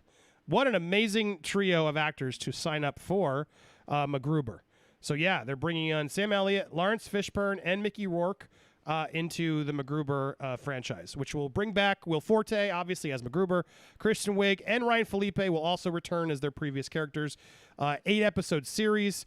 After rotting in prison for over a decade, America's ultimate hero and uber patriot MacGruber is finally released. His mission to take down a mysterious villain from his past, Brigadier Commander Enos Queeth, played by Mickey Rourke. With the entire world in his crosshairs, MacGruber must reassemble his old team in order to defeat the forces of evil. Look, I always found this kind of funny, so I'm down, and I love this casting. If they can all have fun with it, this could be a lot of fun. It could be stupid, but Peacock stepping up, guys. This isn't the only one, though. Also, Peacock just signed Seth MacFarlane to do a Ted series. Ted the Talking Teddy Bear. The first one, huge smash. Second one, not as much. But clearly, Seth MacFarlane likes money. And now why not cash in when Peacock's like, please give us more Ted. Now you can finally do it. Less pressure. And so he's agreed to, he's in negotiations to reprise the voice, as well as help to co-write and executive produce a series for Peacock. Plot details are still under wraps, as well as original casting, etc. But yeah, I didn't realize the second one had a pretty big drop-off. The first one was huge hit, $550 million. On a budget of $65 million, then a sequel. They clearly spent more on the sequel, and they only made $215. So still made money, I'm sure, but not as big, and that's why the franchise sort of wasn't going as quickly. But now with Peacock desperate for content, now this is the type of shit where they're literally now like, MacGruber, sure, give them a series. Ted, yeah, what else do we own? Go give them a series. What do you think of these two guys in chat? Do either of these excite you? Does this feel like filler, or could these two be kind of silly, fun ones that might actually make a difference? I'm curious. Let's go around. Steph, we'll go to you first, since you're the first box there. Okay. MacGruber, I don't have a clue what this is, what it's about. This is the first time I've heard of it. Do you know who MacGyver is? Can't really comment on that. But in regards to the Ted series, I'm so excited for that. I love Ted the movie, and Seth MacFarlane, I just think is a freaking genius. Family Guy is like one of my favorite animations ever. Stewie is like one of the greatest animated characters ever. So to bring Ted back in like a series, I think would proper work. So I'm excited for that. Do you know who MacGyver is? Yes, I know. I think I know who MacGyver is. Yes. So MacGruber was a comedy parody of MacGyver, starring Will Forte from Saturday Night Live, and so it was like a really sort of stupid sketch comedy series where they made fun of the fact that MacGyver always has weird items, and then it sort of ballooned into this weird, just crazy weird comedy. And so MacGruber was a skit on Saturday Night Live, and then they tried to do a movie called MacGruber, and it kind of bombed, but then it got like a cult following, and so the comedy MacGruber movie is, I didn't like it the first time. I watched it the second time, and I did laugh a couple more times. Val Kilmer plays the bad guy, but it's super like raunchy, silly ridiculousness. But that's MacGruber, so that's just so you know the backstory and what that is. Okay. But Adon, do you have any interest on these two? So I barely even remember the movie MacGruber. I remember the skits on SNL way more. Yeah, exactly. But those three cast into it. Of course, Rourke would be the villain. But I'm actually interested because of those three castings. Yeah, I like all three of those actors very much. So I would watch it because of that. Yeah, they definitely just upped the my interest level as well. Lewis?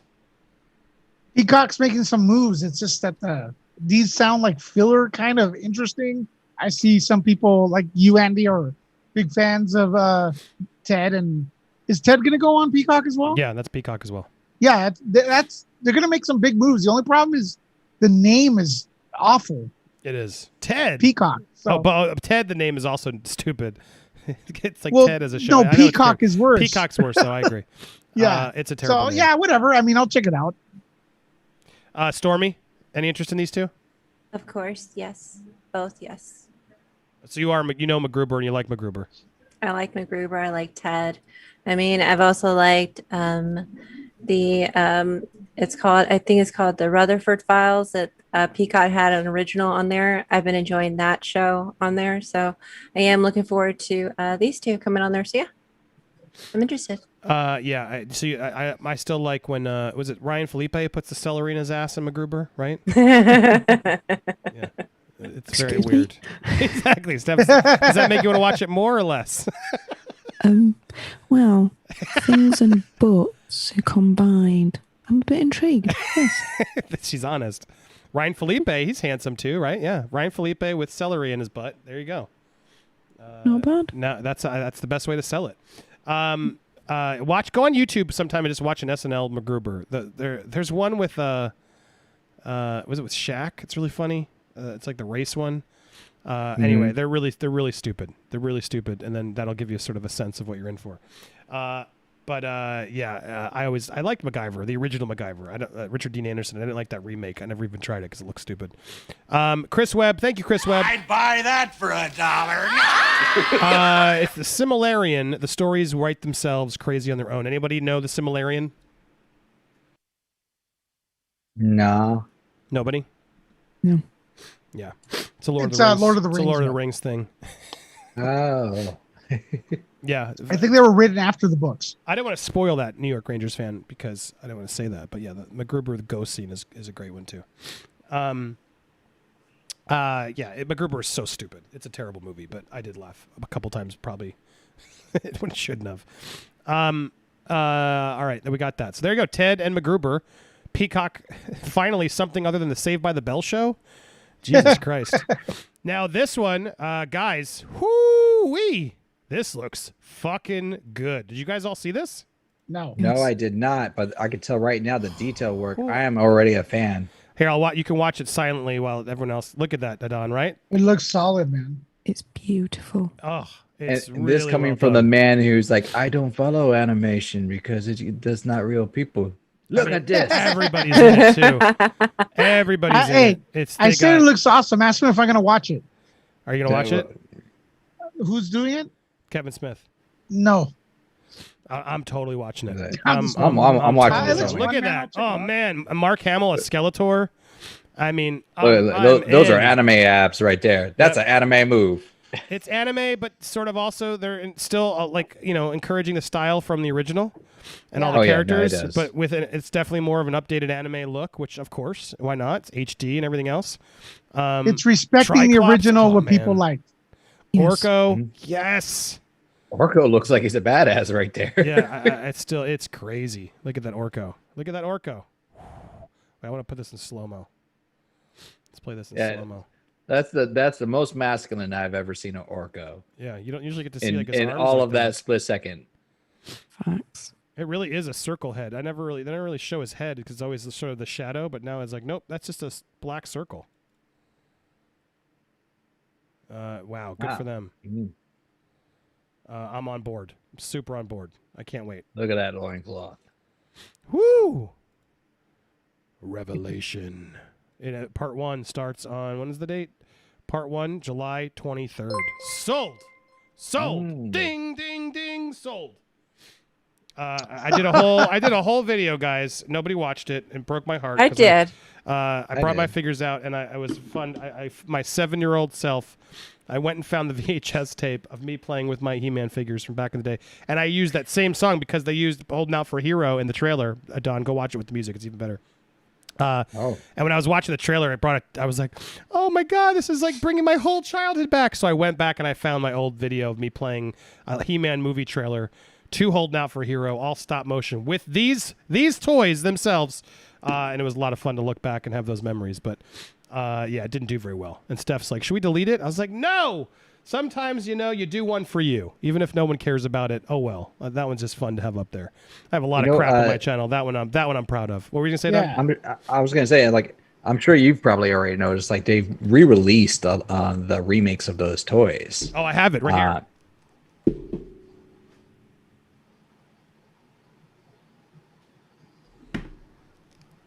Of course, dude. Of course I bought it. Oh yes. Well, they expanded it just so that they're doing like I think they did most of those actual toy lines for the most part. Slightly bigger, but still, it's fun because they made it like the old school, but with so it looks like the retro style. They call it like retro play, but like more joints, like today's toys. Yeah. So it's kind of a combo of the best of both worlds. So you get it feels more like a collector. You can really move them around and pose them better. A little bit durable. Even Cringer. Look at that. You can Battle Cat. His head turns and stuff, and it's cool. I think. Yeah, well, I didn't realize opens. I might get that now. I didn't realize he's posable. Because I remember the original Battle Cat was not really that. Dude, posable. his legs are super posable and everything, even the tail. Yeah, the original Battle Cat you couldn't move to shit. Fascinating. I forget it all now because I watched it a while ago. But the Toys That Made Us episode on Netflix about He-Man. Oh my god, it's fucking amazing. Don, if you haven't watched that, I'm telling you, put that on your list. Have you watched the Toys That Made Us? That show? I've seen that show, but I've seen it for I think they had I saw the Transformers episode, of course, Star Wars, and I think I watched the Star Wars one was good. I watched the Barbie one, oddly enough, and G.I. Joe. Dude, the He-Man one is great. The Ninja Turtle one also great. The Ninja Turtle. I think I did. I think I might have seen that one too. Same company that made the He-Man, or it was Playmates, right? Or no, that was Mattel, I guess. Anyway, the Ninja Turtle. The Ninja Turtle one was another good one because those Ninja Turtles and He-Man were my life. Those are my most popular toys as kids. Anyway, yeah, I'm excited. But there, I have it. They have a Skeletor and his Panther, also same style as this. They're really a bunch of the characters. I'm impressed. It's clearly doing well. So, but anyway, what do you guys think? He-Man, look, Steph and Stormy, are you He-Man fans? Did that interest you or no? Interest me. Steph? Interests me as well. It just looks super awesome. I remember watching it when I was younger. I was absolutely fascinated by He-Man and Skeletor in particular. I know that sounds basic, but that was it. And to see this, it's like it's He-Man, but it's just updated in terms of visually for now. Right. It seems like it's still got the He-Man at heart, and he knows his source material and he's running with it. So yeah, it's more of a sequel than a remake. What Kevin's done here. Yeah, the fact that he made it more of a sequel than a remake to me is why I'm forgiving it, because they've redone He-Man. They've done some He-Man attempts to reboot it, and they're terrible. There was that He-Man when he's wearing jeans or whatever. Oh, so stupid. There's a lot of, I think it was just called He-Man. It wasn't called Masters of the Universe, and it was awful. He had some bionic arm or something and like blue jeans. Wasn't a fan of that He-Man. But smart of him to like know what the fans want. So yeah, it'll be interesting to see how that plays, and if they really do it in sort of an anime style, because I know a lot of people like Castlevania. It looks like it's sort of like that, right? On Netflix, doesn't that have that same sort of look, Adon? Castlevania is heavily inspired by anime style. I still am upset with myself that I haven't watched season 4 yet. Yeah. But that's a side note. But yes, it's heavily inspired by anime. Even the creators of the show actually said, yeah, we wanted to pay tribute to anime with it. So the character designs, the outlooks, the everything is really inspired by it. I mean, this animation is gorgeous, and it still has the feel of the original while still updating it. Yeah, I'm a fan. So and someone I just said, who was it? Chinho Wong says those toys, the new toys are going to sell like hotcakes. I agree. If you haven't bought them yet, I bet you these new ones. There's a bunch of new characters and stuff. If you're a collector, this trailer is only going to make those even more in demand now. So stay tuned. Thank you, Myra. I wish Netflix had done the same justice to She-Ra. I'd buy that for $1. I didn't watch it, but that show was woke. I heard they sort of made a point, but I didn't see it, so I can't be a judge of it. Did any of you see She-Ra? Did you like it? I watched a couple episodes, but when I tuned in for the episodes, I didn't realize how many seasons they had already put into it. I think it was by the same people who did Voltron, and it just never hooked me. And I was hooked on Voltron. That one was a good show for me. Well, yeah, I didn't see it, but She-Ra, a lot of people were bickering on Twitter about She-Ra versus He-Man, but whatever. Let's just enjoy the He-Mans here. All right, here's a weird thing from the web. Guys, tonight also, your show. Thanks for all the super chats that have come in. If anybody else has a topic or something to help send over to support, please do. It's pinned, and the mods have been sending it, but if you want to get involved, get your voice in the show, you know how to do it, so thanks to everybody who has. But I have some more on here I can go through, and this one was a weird one. Amy Schumer was trending all day. Because of this. So I got some insight on this. Did either of you see this? Yes. So because don't spoil anything then yet, because here we go. So the Selena 52 truck stop. Who says only men drive trucks? Big rig driver Amelia stopped this morning to redeem her Crankin' the Hog reward points for this brand new mini fridge valued at over $5 due to the Monster Energy branding. Thanks for continuing to let us serve you. Danny, here she is, and trucking and fucking. And everyone thought this was Amy Schumer. Is why it was trending all day. And then to add to it, there was a second follow-up. Amelia wanted us to point out that her teardrop tattoo is not because she murdered someone. She accidentally killed a pedestrian once after falling asleep at the wheel and got the tattoo to honor their memory. What? So anyway, this was trending all day. People were losing their mind. And then so much to unpack. The T-shirt, the Amy Schumer jokes, the sign behind her, the teardrop tattoo, a clarification. Yeah, the stop pooping in our parking lot. It says behind her as well, right up there. So much here it's just kind of brilliant and everything that's happening. But sadly, it's all fake. It was all fake. It's a parody site of the truck stop isn't real. And hate to burst the bubble, but yeah, sadly it wasn't real. I was excited today. I thought this was real, but apparently it's all bullshit. But yeah, they can go follow this Selena 52 truck stop. They make funny parodies at least. But anyway, that's why Amy Schumer was trending all day, because people thought this truck driving, teardrop, pedestrian killing, trucking and fucking woman was Amy Schumer. It does kind of look like her, no? Yeah, it does kind of. Yeah, it does kind of look like her. But I found that amusing today. A lot to unpack here. Yeah, there is a lot to unpack. But sadly, I should. I guess I should have held the fake thing on, but I didn't want to keep hounding on it too long. But I wanted to talk about it because I found that amusing. That Amy Schumer got to trend all day because this woman looks like her, and it wasn't even real. There you go. I didn't miss this. Did I miss? I didn't miss the super chat, did I? Cinema Queen. Who did I miss? I think it was the one about the Lord of the Rings, where he said he's going to his father, where we asked about his father with the anime one. Did I miss one? Sometimes let me refresh. Sorry if I did. Never my goal. That's what you tell me. There was another one from Tony. I missed that. My dad was into Invincible, so maybe I could get him to watch the anime. There you go. And James Tyler. Sorry, James, from 9 minutes ago. But there will be a scene where He-Man stops to talk about Star Wars in a mall. Sure, why not? I don't think so. I don't think he'll talk about Star Wars. Wasn't that like referencing Masters of the Universe? Did they do that in the movie? They might have. I've blocked it in my memory because it was so bad. I feel like that was from with Dolph Lundgren in the movie. Because didn't they go into the mall? Because they needed to fix the key. He's talking about Kevin Smith's Mallrats or what? Oh, yes. It's a mall. Yeah, sorry. I know we just. What movie is it? Is it Mallrats? Mallrats. They talk about Star Wars in the mall. Yeah. That's why he says it. Now I get it. Now it took. He talked about Marvel in the mall. I don't remember the Star Wars reference. Maybe they did. Oh, yes, they did. Yes, they did do the Star Wars reference. Yes, they did. They do all the references in that movie. Yes. Sorry, James. See, you made it. You called it out, and we missed the joke. See what happens? Sorry, but sorry, I went too deep. Now I get it. Thank you for that support. I'd buy that for $1. But all right, how about this one, guys? Anybody else has a topic or challenge you want to send over your way? You know how to do it. Here we go, though. Universal's Velocicoaster just dropped, guys. They sent all the influencers here, but for some reason, me here in Florida didn't get the invite.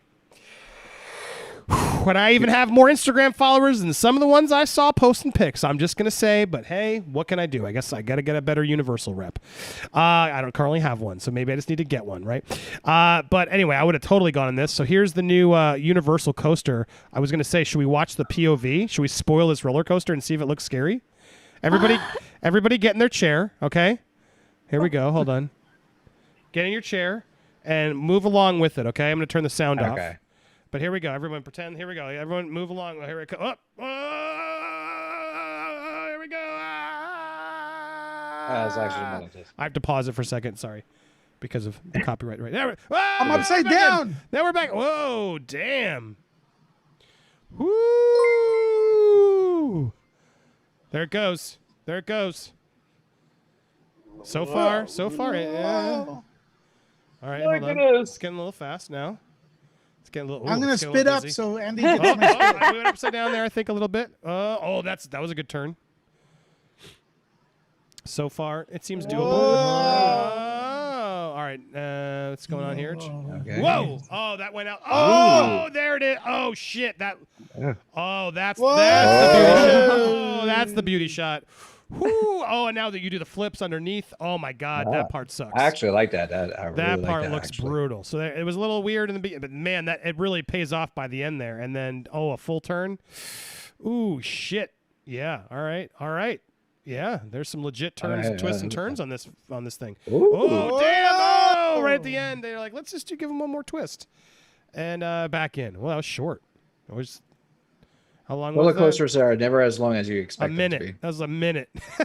1 minute. That's actually a pretty long time for a roller coaster. A lot of roller coasters are less than a minute. Oh man, feeling dizzy. Yep. Where was it? There. So, yeah, apparently there were some dinosaurs that we missed along the way. Oh, really? And there's some like little Easter eggs throughout the waiting queue of Dr. Ian Malcolm's book, etc. That's kind of fun. But what do you guys think? Does this look fun? Does this look like a good addition to the to Universal Studios Islands of Adventure? I'm actually really excited about that because I was always upset with the Jurassic Park portion of it because they didn't really have a really decent roller coaster ride for Jurassic Park. They had the waterfall ride that they had, and then they have a couple other stuff that were for kids. I'm like, I want a roller coaster. So I'm actually excited about this. Sorry. There you go. Anybody else? I want to go on it. That looked freaking awesome. Yeah, it was pretty fun. It started off like all right, but by the end, those last few turns and that last one, that's going to terrify me. Because it felt like one of those things that thrusts you out of the seat. That's my biggest fear. I hate when you're in the coaster and then they whip you up so you're like whoosh, and then you're literally dangling over the edge. That part's crazy. I'm sure you're not a fan of She-Ra. No, I did it. But man, I shrieked a. That's here in Busch Gardens. I did shriek a. Nothing is scarier than the X2 in LA at Six Flags Magic Mountain. Lewis, have you done it? No, but I will. I gotta get going, but I will tell you this: on the way to Vegas, and since we're going to Vegas, oh my God, no, I'm not doing it. I've already done it. No, I'm not doing it again. What, the Buffalo Bills? No, I was gonna say the on top of the Stratosphere, they have rides. No, there's that one. Shove you off There's the one. edge of the, There's one the on needle. the way over there. Oh, I've done that so one. I've done scary, that one. dude. That one's fun. So scary. The top of the Stratosphere, which is like the big needle in Vegas, they have rides up there, so you can do a coaster, and they have a spinner that just dangles you over the edge. But they have one that like thrusts you out over it. Oh my God, I fucking hated that shit. But if you're a thrill seeker, you don't want to miss those. I mean, I'm gonna get going, but since we're speaking about Stratosphere, I think it's the only place in Vegas that has a topless pool. Oh well, let's go there then for sure. Wait, before you go, Lewis. Before I went you go, topless there. See you later. I'll send you the Lewis, link. hold on, Lewis. Wait. Before you go, Tina Love is asking. You forgot to ask the guys on the panel who are their types. Lewis, you got to tell me who's your type. Actresses? Sure, let's do it. Celebrity crush. It's weirder if you like say someone we know. Well, I was gonna say a Don, but Ooh, yeah. Look, I don't celebrity. I guess the lady that I said it last time. Is it Eva Green, the one from the first James Bond? Eva Green. Eva right? Green. Yeah, the lady, Deadpool's girlfriend. I can never pronounce her name. Yeah, I know who you're talking about now. She's beautiful. I like I think like them people that look more like Girl Next Door. Yeah, type of thing. Tina Love. What type are you? Are you? Is there someone you're asking here? Or do you want me to hook you up with Lewis? He's not available, sadly. But there you go. There you go, Lewis. Don, who's your celebrity crush? Celebrity crush. I've always had a thing for Salma Hayek. Dude, she's so good in the new movie. Holy shit. Still looks amazing. I haven't seen her in a new movie, and but she's so fucking funny in that movie. It's getting. In fact, go ahead, Lewis. You can leave. Bye, Lewis. I'll see you later, guys. Like, on that note, you can go, Lewis. What was I gonna say though? They are. Oh, that's his butt. No, what was I looking for? Oh, I didn't open. I still have panels in it. I was gonna say that's a good pivot. I was gonna say mine was. I still like what's her name. Anna de Armas is my. Yeah, is my I know that's your favorite right there. This here it is. No, that's not the one I wanted. Hold on. Bear with me. This one. I was out there like raving about this movie. And of course, everyone's like, it's the worst movie of the year. I saw your review on Hitman's it. You were loving this scathing first reviews. So here they are. Salma Hayek steals the show. She's fucking, I thought she was a riot. The whole theater loved it. I saw with Andrew. You know Andrew, Adon. And we were laughing a lot the whole movie. The critics were just like stone-faced, not having any fun, but I turned my brain off and had fun with it. The sequel's as clunky as its title. What the fuck did you expect? Jesus Christ. Hayek does little else to do than play up the fiery Latina stereotype. Oh, fuck you. No, she was so fun and different in this movie. Oh my God, I hate these critics. Never well directed enough. Bullshit. I thought it was really tight script, but it skips. It's not fucking rocket scientists. Cartoonish and hackneyed slam for repeating the same narrative beats as the original. I don't even remember the first one. Just shows how fucking serious these people are taking it. Dumbing down its characters. Didn't buy that. I thought it was fun. Winking bash of wretched excess that makes the most overly amped and slovenly entry in the Fast and the Furious franchise look like North by Northwest. Ouch. It's so atrocious it makes the original look like a classic. IndieWire, a little more forgiving, more assured sense of self than the movie that came before. Yeah, I don't know. I called it like the hilarious. I'll probably get on the poster since I was so gushing. No one will ever confuse this for a good movie. I did say it was a bad movie. It lacks any evident aspirations or goodness as if returning director made the best thing he could while strapped to a bomb that would explode if Rotten Tomatoes score ever went above 50% fresh. Fuck you all is what I got to say to that. The movie's stupid fun. Salma Hayek is hilarious, and I had a blast. So I still, even though all the critics are against, I will happily go against the curve on this one. But a good 90s funny action movie is always my favorite niche, so I'm happy to go there. It's not going to win any Oscars, that's for damn sure. But if you want to turn off your brain and have fun with a theater laughing at fun explosions and fun explicit raunchy gags, go see Hitman's Wife's Bodyguard this weekend. I think it's previewing this weekend, but I had a lot of fun with it. Are you guys? Is that movie? Did you remember the first one? Because I liked the first one and I already forgot about the first one, so I didn't compare it. I do remember the first one, and she was she was a big character in it. I didn't think they were trying to play up the stereotype too much either way. I mean, she's supposed to be a Latina character, like the heavy accent and everything, but she's supposed to be basically she's a hitman's wife. She's like, and she acknowledges it. She's just as badass as him in the first movie. Like they met at a bar. And she's like kicking everybody's ass. What's weird is like Salma Hayek is Latina. I think they're being racist by just assuming she's playing stereotype. I think she's playing herself, and she's having fun, and she speaks Spanish at certain times. But I've never seen her play this role. Like she's super out there and crazy and confident and fun. I don't know what the fuck these critics are talking about. Just salty critics. Exactly. Stormy, Steph, did either of you remember the first one? Did you like it? Is this one you're like actually excited to see, or are you indifferent? I'm excited to see it. It's Salma Hayek. Hello. She's freaking queen. I love her. And as far as the critics have to say, I mean, do they have a problem with our accents? I mean, are we supposed to not have accents? I'm sorry. Are we not? I'm sorry if you don't like the fact that we have accents. I'm sorry that bothers you so much, but she's a dime. I love her, and they're just on that soy sauce, so it's okay. They're on that soy sauce, and not to be gross, but she really. We're talking about she's hot. That's a type, man. She really showcases her boobs in this one a lot, Dawn. So enjoy. That's like a character in the movie at certain points. Okay. Yeah, I'm just gotta say, especially I don't even know her age, but she's ageless. She still looks fantastic. I think she's in her 50s now, but like she's holding up. Absolutely. The last movie I saw with her in it, besides Hitman's Bodyguard, was Drunk Parents, and it was. Oh, I saw that it was on Netflix, right, or something. Was it good? Yeah, it was like No, it was interesting and it made me laugh. It did get poor reviews, so it would be considered like a probably borderline bad film in that sense. But she carried it. Her and Alec Baldwin definitely carried the film, and you get to see Selma Hayek and Spanx. There you go. That's nice. It's fun. There you go. Anyway, we were talking about our types. That's what we got. I was like, how did we get to this? There you go. Things just happen randomly here as we talk about shit. Thank you, Muddit. What up, Muddit? I'd buy that for $1. Muddit says, the Bad Batch was absolute crap. I was looking forward to see Molester. Oh, I see what you did there. I almost had me. You almost fucking had me, Muddit. He tried again this week. He's trying to John Campion me. I almost did it. That was good, man. Keep it coming. Maybe next week. There's an ongoing. Who can super chat me to get me to say something awful? Is the ongoing game now starting from Tuesday? And Muddit, that was a close one. You almost got me. So bravo, almost. But they didn't even introduce her. It was really that is a great one. You just keep those coming. At some point, I will fuck up and I'll say it. Yeah, I did because I love that he did it without me even reminding him because I really almost fell for that one. But yeah, I don't remember Mole, what was the last name? Esther? Yeah, I don't remember that person.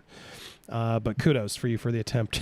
Bunda. What up, Bunda? I'd buy that for $1. See, I like that game because if they don't win, then I win. But they're like, damn it, I was so close. So keep trying, guys. But Bunda, thank you, Bunda. A question that's funnish for me. Let's say the four of you and I'll include Lewis. We're on a sinking boat. And there are only 4 life vests. Who's not getting a vest? Andy, Lewis, Adon, or one of the ladies? So there's all 5 of us with Lewis. Who's not taking the vest? Are we saying who wouldn't opt out of taking a vest? I'd opt out. Yeah, I feel like a lot of us would opt out. Actually, I would technically I will opt out because I've literally fallen asleep on my back in the ocean. And I just float. You know what? I avoid the answer. I would just share the vest. Because fucking that driftwood could have been shared. I'm making sure Lewis gets out because he's got a kid. So and I have kids, so I might want to make sure at least I'm sharing my vest with somebody or holding them on with my life vest. And then probably Adon would be the one who would be cut out of the 3 of you left. Because I got ladies first, obviously. And then I'm just like, well, Lewis has got a kid. Don doesn't have one yet. I know you're younger, but still, I don't want Lewis's kid to be, without a dad. So that I just would immediately get a little emotional there. So I'd probably throw Don or myself under the bus is what I would pick personally. Don't let this fool you. I am a fish in water. When I'm swimming, call me Orca. That's what you need to know. I am like underneath that water. I am swimming. I will pop up like 2 miles down the ocean. I'm with you. I got so much stuff to float. I would happily take it too. I'd be like, we're good. But I think or just a Don and I would share one. You know what I mean? I think we just hold on to that vest together while everyone else floats to safety. But sorry, Bunda, you lose because you didn't. Clearly, you share. Why didn't they share that fucking piece of driftwood? And I think even MythBusters proved it would have worked, right? He wouldn't have died. It would have worked. She was just a selfish. Yeah. Sorry, I can't say it, but she was just selfish, a bee. Well, he wasn't thinking. He just thought he'd be fine. He didn't realize how fucking cold that water was. Yeah, I do believe that. In hyperthermic shock, he couldn't think properly. He's thinking that the thing was smaller, and she could have been like, "No, it's actually bigger." She spread herself out there, didn't she? She did. Let's look at it. Actually, she's like. I would have been like, "This is not the bed. We're not sharing a blanket." Yeah, Steph, what is your move? Go for it. No, as in. I'm gonna do one. I've got to be up early this morning. Okay, go. Luke's going to the vet, so I'm gonna take her. She's jumping off the lifeboat. Andy. Love it. Thank you always for being here. Go plug. Let me get. Hold on, I was trying to get this up. Steph, the Alter Nerd. Real quick, plug the channel, please. Everybody who's not here yet. What do you go subscribe? Go ahead. What do you? I love this new banner too. It looks good. Yeah. I was going to say, I thought she was at 350, and like she's not at 350 yet. We can easily get her there, guys. Yeah, you're doing a really good job on the. I like this look, actually. Yeah, good work. I haven't looked actually when I was since I got back, and you have adjusted. I like the band. Yeah, it's a smart way. It's a different, cool approach. Just keep at it. That's good. That looks good. Like Literally, and I said it to her down the next day. When you gave me that feedback on my thumbnails before I went to bed, I just changed them all. Yeah, You that's what really happens. did. I couldn't sleep until I did I'm it. curious though, and then people will do it. Check. See as you go. Do it for a couple weeks with the new style and see if it works. And if it doesn't, and you still don't see a change, try it again. But that's always people always try that. But I think these look good. I think it's good. I was gonna say maybe no, those are bold enough, smaller words. But yeah, I'll look at it harder, deeper. But when you're not going to bed. But yeah, so far so good. I like the gradients. They look nice. But everybody go subscribe to the Alter Nerd. Here's the link. They already did. Will's already on it. Thank you, Will. I love that. See, good job, guys. Will just sent the link out. You can go subscribe to Steph's channel. Get to sleep, Steph. We love you. See you soon. And go check out over her channel. I'm sure she'll be streaming this weekend and doing fun stuff as always. Yes, adore you all. Thank you very much. Speak to you soon, guys. Bye. Bye. I would just before we left that topic quickly we'll wrap things up soonish. Where's the death scene? And 3 remain. That's it, right? The Wawa? I'm not showing this, but I want to see that shot of the Wawa. I love Wawa. Listen, that was one of the happiest days here in Florida when they announced that they were bringing a Wawa to Florida. Oh my God, amazing. Wait, do they have Wawa in Texas? No. Oh, you are missing out. Oh my God. I had it when I grew up in Philadelphia. That's where it came from, right? I've had Wawa most of my life, and then when I moved to California, I missed Wawa. And so when I knew Florida had Wawa, that was a huge bonus out of nowhere.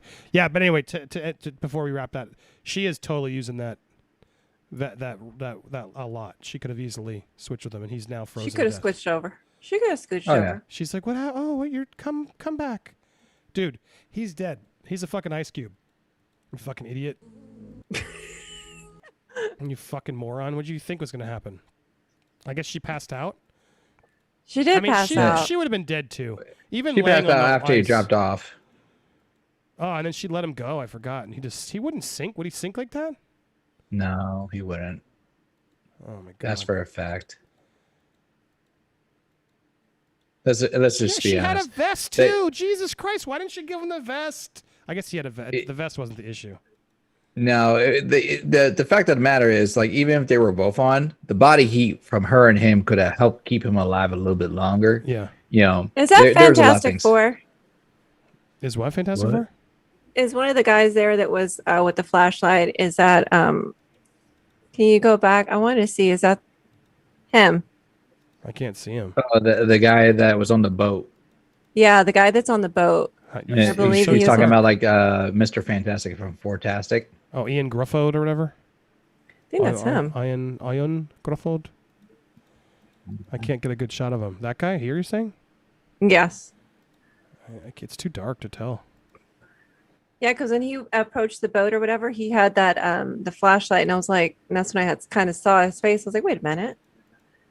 Maybe. Oh, there it is. That shot. Yeah. Oh yeah, that could be him. Yeah. That could be him. the other Or guy. it could just be another English person. But yeah, no, that now I see it. That could totally be him. What a fun little surprise casting. Yeah. Yeah, actually, I think that is Ian Grufford. Is that how you say it? Grufford. Grufford. Ian Grufford. Where's Steph when we need her? Ian. It's Ian. Ian Grufford. I liked him in the show. Titanic. He was for Fifth Officer Low. Good work, Oh, Stormy. look at that. Yeah, you caught it. There it is. He's official. All right, well there you go. I don't dislike him. He's good. He's fine. I enjoyed him in the show forever. Yeah, sorry. It's, Anthony's like, yep, it's definitely him. Okay. I need to watch Titanic again. I've been wanting to watch it with my kids, but they have that 2 sex scenes, which I'm just like, ugh, it's trying to delay a little bit. I've never longer. watched it. Ever? Ever? Oh Never my watched gosh. it. Ever. And you know, my solemn reason is I was like, I already know the ending. Oh my! No, it's All of us know the ending. It's Exactly. look. There's definitely some silliness and it's overly long, but my God, it's impressively made. I mean, Cameron definitely does a fantastic job of the details. It's well, and that last half when it crashes is fucking insane. Although I haven't watched it recently. Have you watched it recently, Stormy? Does it hold up? Do you know? I have watched it recently. It does hold up, to be honest with you. I actually enjoyed it. Huh. Although it's incredibly sad and depressing at the end. But yeah, I did watch it. Yeah, I haven't seen it recently, so I don't know. There I still have Tom Hiddleston's butt. Now that she left, I can cut that. Scott adds. Jesus. Here's a weird topic. Want to go to this weird topic? Sure. Yes. Somebody save me and send over a topic or a fight. Excuse me. Jeffrey Toobin, remember him? He's the guy who masturbated on the Zoom call and got fired. No, on I don't CNN. remember that. Well, he's I back. remember. He's back on CNN. Yeah. Really? How did he get his job back and I'm not ever allowed to be on ScreenJunkies again? Like, what the fuck's up with this?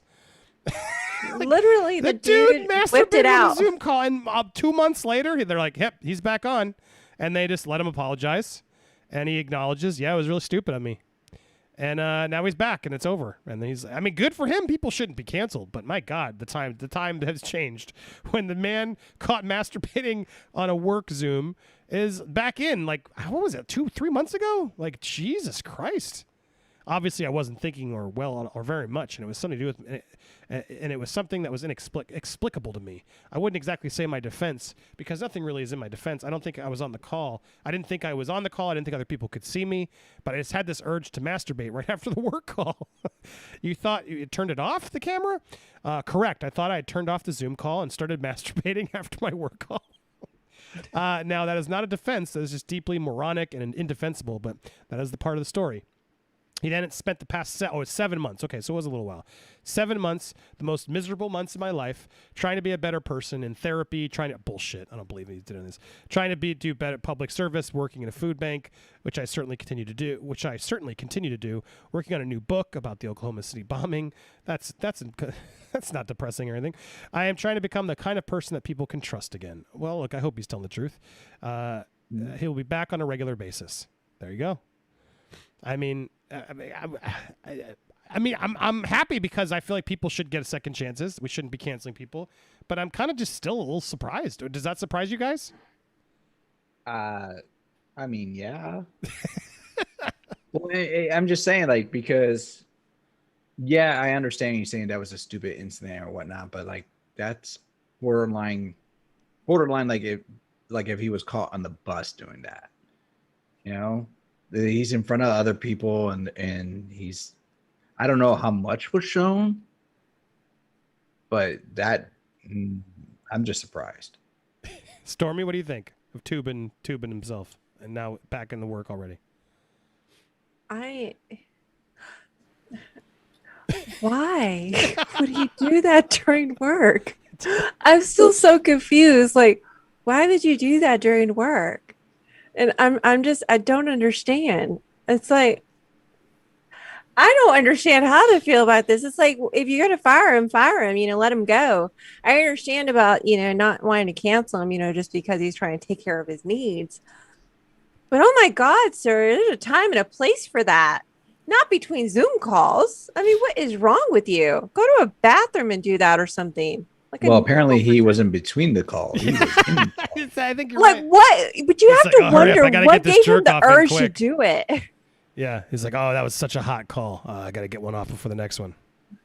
Yeah. It would. Yeah, it's like, he's an older guy, so good for him. He's still getting it up good, and he can do it all day. I mean, there must be. Here's the truth. I think he knew he was on the camera, and that's why I'm a little bit shocked that he's getting away with this. I don't for a second believe you jerk off in work environment unless you're kind of hoping they see you. Just like that dude who helicoptered you, Stormy. I really do believe there's a little bit of an exhibitionism that he's not copping up to. And the fact that CNN's just letting him get away with it and be like, yep, cool, welcome back. If he does it again, Jesus Christ. But I totally believe he knew what he was doing. I mean, I know the guy I'm speculating, but who the fuck, Don, you're a dude. We can talk honestly here, right? I'm sure you like me have probably jerked off in a weird place in your life at one point or another, right? The urge has hit you where you're like, all right, I'm going to jerk off quick. No?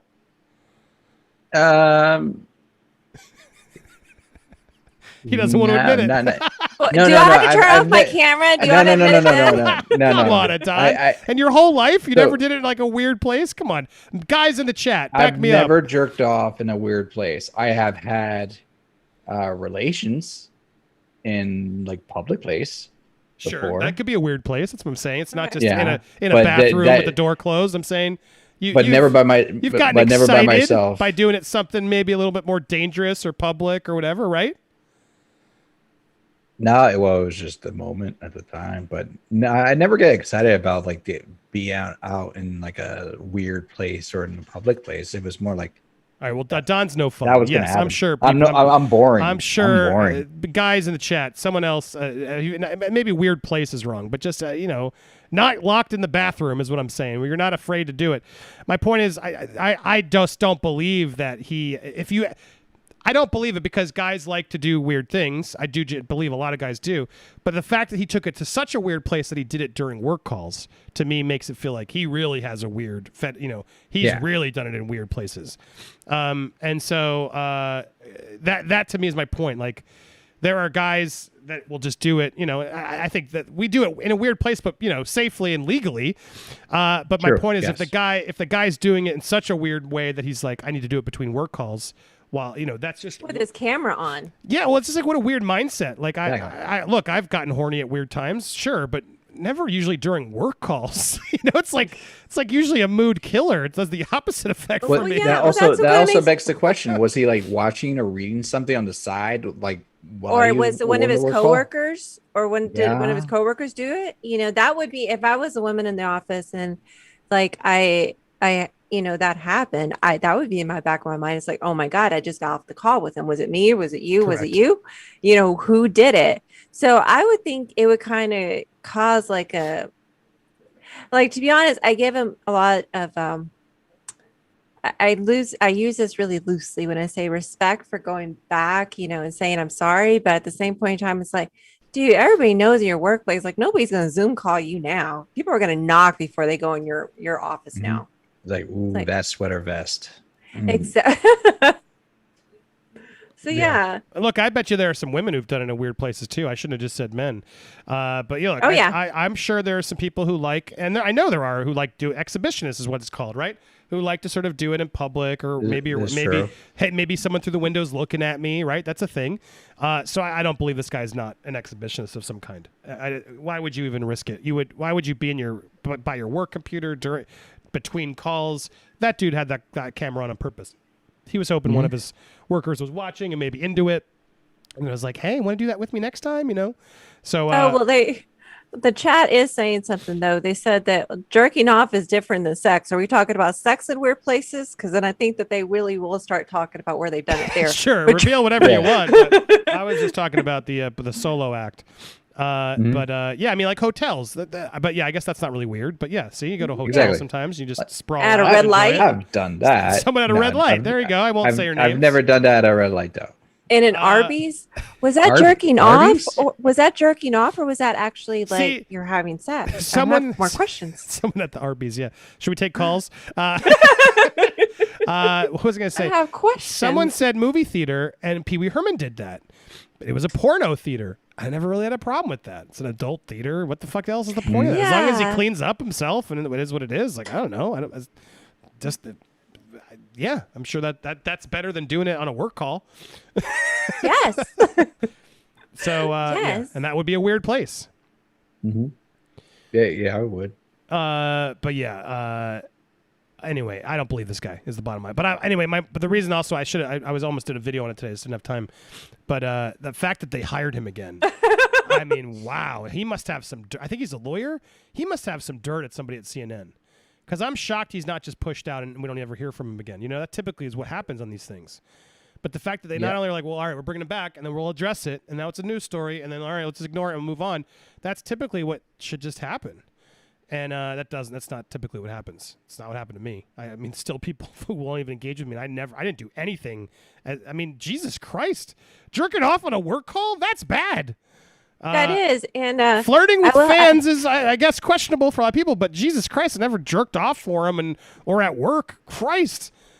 Well, you know what though, intense. Will does bring up a fair point though. He stated, We don't know that the helicopter was meant for Stormy. It could have been meant for Andy because Andy has a lot of fans. Fair enough. Yeah. Fair enough. There you go. It's not what I'm into, but hey, just yeah. Jody would have been into that. Jody's the one you want a helicopter. I'm sure he would have totally sussed that. He would have sussed that out. Yeah. No, I've never had a. It's always dudes who are into me helicopter me. Never had a lady try to helicopter me. Could they do that with their boobs? Maybe. Don. Oh my gosh. I'm tired. Wasn't there a thing like there was a movie? I forget the name of the movie, but there was a movie where they show like from the back, but they show the tassel, and then you see the guys like this, and then it's like 1, and then 2, and then they were like going like helicopter, but you only see the tassel. Was it like a Naked Gun? Yes, it was Naked Gun. It does sound familiar. I don't know how factual that may be, but I feel there's some relevance to there. Hey, there might be some very skilled ladies. Yes, that can do that. Yes. I'm sure. Yeah, there's a lot of skilled people in the world. You could do anything with enough practice. Good job. Oh, interesting. No? Jesus Christ. Is that real? Oh, Kevin, come on. Oh, man, that's so mean. Kevin Smith, 2021. I was a big He-Man fan as a kid. 2010. I wasn't a He-Man fan, but Gallery 1980 is running on an awesome Masters of the Universe art show. Look. That's fucked up. That's fucked up. Is that real? Is it deleted? That Kevin Smith? Oh, come on. Really? Can someone verify, is this real? Or is someone just trying to troll him? If that's real, that's hilarious. I know. If I make that video, I'll really get a lot of attention. I don't know if I want to. Jesus Christ. Jesus Christ. Hold on. Is that real? Let's see. I'm going to look this up. Hold on. Let's look up by the word. And then let's see. I wasn't. This is how you do it. You go. Wait, I wasn't a He-Man. I spelled that wrong. But Gallery 1988. It's real. Oh my God. It's real. Oh man, it's real. Yep, there's the link. Wow. Oh. I wasn't a He-Man fan in 2010. God damn it. I need to make that video, don't I? You have to now. That's hilarious. It's like you kind of have to. All right, you ready, guys? You know what? He's been talking about that for a while. Like, I'm a He-Man fan. I'm a He-Man fan. All right, so we can do it nicely, right? We don't have to. Maybe it's a mistake. All right, hold on. Hold on. Them's was jokes. All right, here we go. Let me flip my lights on. Let's record this. Oh, Jesus Christ. Did that break your heart? Yeah, hold on. Here we go.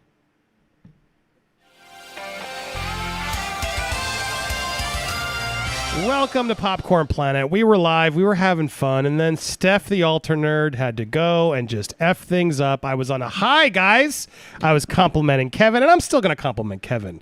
But I love He-Man. I love what he's done. It really looked like he was a fan of the material. He's been talking about how big of a He-Man fan he was, etc. And then Steph sent me this. Kevin Smith, 2021. I was a big He-Man fan as a kid. Kevin Smith, 2010. I wasn't a He-Man fan. But Gallery 1980 is running an awesome Masters of the Universe art show. Look.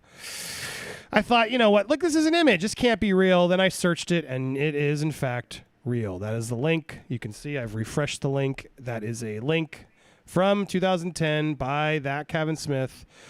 Oh, man. That bums me out. Kevin, look. What's up with this? I mean, he said he's a fan, right? Maybe he wasn't. Maybe he can clarify it. I feel like you need to get ahead of this and clarify it because I don't want to call you out. What is this? This is disappointing to see. Dude, this is what scrubbing is. That's why you hire people like me to help go and scrub your shit and help you digitally so you can avoid this shit. Because if you just wiped out your old Twitter stuff, which you should do, everybody should do at some point, you avoid this mess and then you can do whatever you want. But guys, it's disappointing to see that a little bit. Am I crazy in being a little disappointed? I'm here with Stormy. I'm here with Don. What do you think of this? I'm in shock and just I don't have words. I'm in shock because we were having a good time and then I saw that. That breaks my heart. I mean, yeah. So Chin saying, "Well, became a fan after 2011," but no, he said he was a fan as a kid. 2011, he wasn't a kid. So what?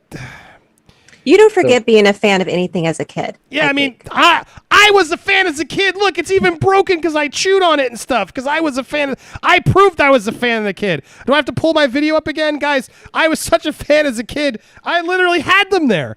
Where's your video, Kevin? Look at this. Look at this. Here I am as a kid. Wait, where was it? I'm playing with my He-Man as a kid. Hi, welcome to the He-Man movie. Are you enjoying the Do you think I was a fan as a kid, guys? Well, you're gonna join. Yes. I do say so. You look like the kid from the commercials. There's me, He-Man the movie. Look at me playing. I was a He-Man fan as a kid. This is who we were looking up to. We thought you were one of us. So this breaks my heart a little bit. Now I want to give him the benefit of the doubt. Maybe, I mean, he's maybe he never said he was a fan as a kid, and that was what we all just sort of imprinted and assumed he was. Is that a way to give him an out? Oh, I'm trying, guys. I'm trying. I like Kevin. I'm trying, but Jesus, Don, what do you think of this? Does this make him look a little fraudish? I find it hilarious. The fact that, well, and I want to say, and I'm not 100%, but I want to say, because he hyped out the hell of it, and I want to say he did say that he was a fan of the series and of He-Man. And you know what? I'll give him a little bit of an out. I don't remember him saying that he was a fan of the as a kid, so he may have turned after 2011 or after 2010. If he did say he was a kid and he was a fan, then this counteracts it, and that makes it even funnier for me, because now we're dealing with a guy who's kind of like, man, you don't stick with what you're saying. You know, own the fact. Own the fact if you were not a fan as a kid, but now you are a fan as a man, and you are supporting your He-Man. Yeah, I think that's how he can save this. He can say, look, I mean, because I'm looking, chat, while you're watching this live, can you go Google, is there a specific, unless I see a clip of Kevin Smith saying, I was a massive fan as a kid, and then we can debunk that was a lie, then I think, yes, then it's kind of this is problematic. But I think, Kevin, you got to get out there and say, look, for anybody who's misunderstanding me, I wasn't a fan as a kid. I became a fan later. And really excited to do it. I was always sort of a fan, and then later in life, I got it more into it. Then you could sort of attempt to justify it, right? But Kevin Smith's forever a kid. There, yeah. Thank you, chat. I'm trying. Look, I like Kevin Smith. I know a lot of people don't like him, and look, he hasn't. He has stopped talking to me. That would turn off some people, but no, I understand why he did. I still want to support the guy, but this rubs me the wrong way, and it's more annoying he didn't just clean out his Twitter so we could avoid all of this. Stormy, do you think could it be that he just never admitted he was a fan as a kid? What do you think? Yes, I think that he just I don't think that he misspoke. I just think that he wanted to tap into the fans that were, that were fans when they were kids and wanted to relate to them by stating that.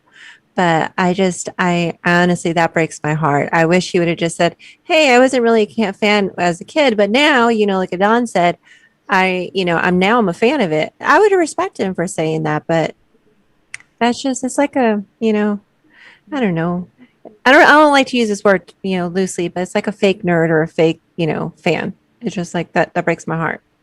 Oh, he's losing nerd cred as we speak. He is losing a little bit of nerd cred. And that's the thing. It's just like, it's like saying you're a Star Wars fan, but then you're just like, who's Darth Vader? It's like, really? It's like, gosh. So yeah, that breaks my heart. Yeah, I've been looking. I'm trying to, because if he never said, you're trying to salvage it. Yeah, some are just gonna be like, I knew it, and they're gonna try and use it, to hate on him. But I can't seem to find him saying he was a fan as a kid. To be fully fair, guys, and if you do, if someone finds it, I will pin a comment down below and adjust it if we did. But right now, I don't see him saying it.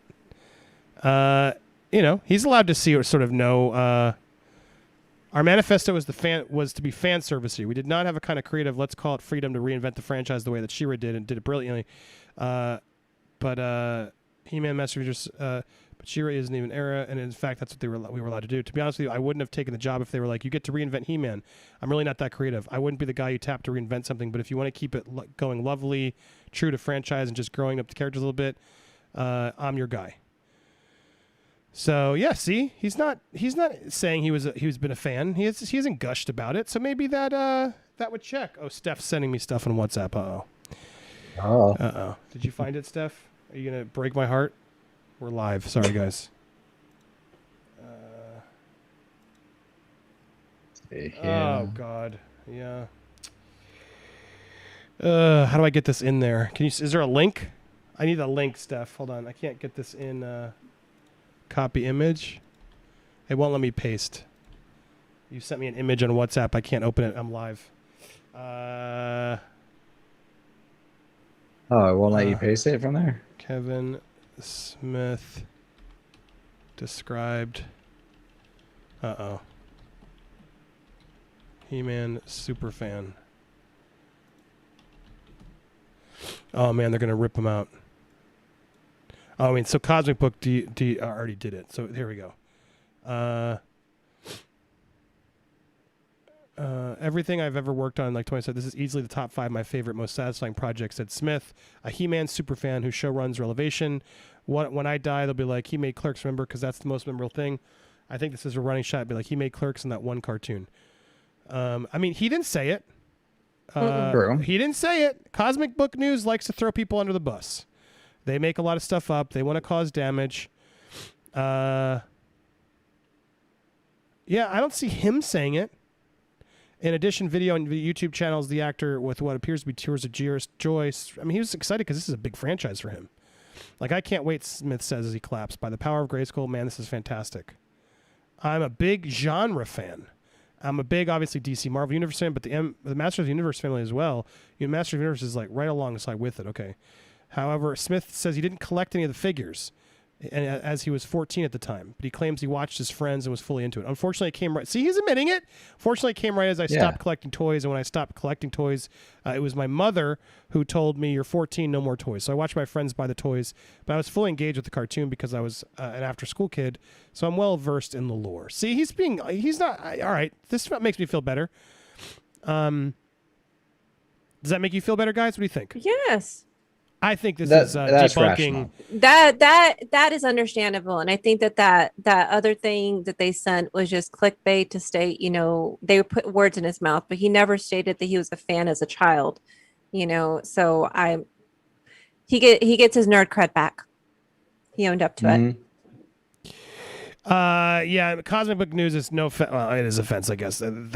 You guys aren't the best source. You like to stir up drama, and you've spread a lot of rumors out there. So that's, of course, their headline is to fraud exposed. No, debunking that. Look, you guys make up your call in the comments down below. I'm curious what you guys think. If you hate Kevin Smith, that's just going to be what you're going to say, and that's what he knows. People have hated Kevin Smith forever, but they're just jealous. Kevin Smith, whether you like his movies or not, has managed to make a very long career off of making the movies he wants to make. I mean, that's impressive. And then getting his fans to fund him and keep him moving and keep him going. And he's become an authority. His YouTube stuff, everything, I've always respected him for that. And so, look, I don't see this as... I was worried. I was a little worried because I assumed he was a fan, and I felt like he said it. But when we actually go look for it, I don't see him going out there like, oh, my God. If he had gone out and said... Oh my God, I'm so excited because this was my favorite thing as a kid. I grew up and had all the toys, yada yada yada, and then we caught him proving that he wasn't. Yeah, then that's why I was nervous making this video. We were live as we did it.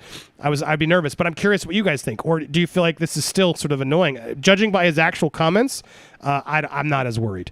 14 is still a child. Yeah. I mean, that's true. I was 7 when I was playing. Yeah, with mine. 14's a teen. Yeah. So 14, I stopped playing with He-Man figures at 14. So yeah. But my nephew's there. He's not a child. He'll even tell you he's not a child. He's a teen. Yeah, a lot of people are saying that he's a fake fan. But it didn't say he was. He's a fan. not. It didn't say he was. He a never fan. said it. I think this is a good. I think this is still a good looking show. And I think regardless, he clearly He clearly looked into the fan service. Fan service is what he said he wanted to do. He admitted that, and I'm glad he did because I want all the characters back. And if he was able to step in and sort of know and help give what the fans want, then kudos to him. It doesn't matter if he was a massive fan. Exactly. So what do you guys, though, think in the comments? Be sure to subscribe to Don over on Nerd Tots. You can always see Stormy over on Hugging the Cactus. We're there every other Wednesday. But I'm a little bit more positive with this. there's going to be a lot of haters in the comments, and everyone going to say, Andy's simping for Kevin Smith. No, I'm not. If I caught him if he had said I was a massive fan and then we caught him saying, then I would say I would call him out. But I don't see the actual quote that he was a massive super fan. I see the article saying he was. And then I see him clearly defining, when I didn't have the toys. That's him admitting he's playing both sides of like, he doesn't want to say he's not a fan, but he also isn't saying he's a super fan. So I think he's in the clear, but there's going to be other people trying to call him out on this. What do you guys think? Tell me in the comments down below. If you haven't already subscribed, hit that subscribe button. Hit that bell for all alerts. Always try to give both sides. Smash that like button and leave your comment on what you think. Do you think he's safe in this, or do you think it makes him look a little problematic? I want to hear your thoughts. Thank you so much for watching. Stay tuned for more here on Popcorn Planet. If you're watching live, don't go anywhere. We're about to wrap up. You can always catch the full live streams on the replays if you're a member. So hit join.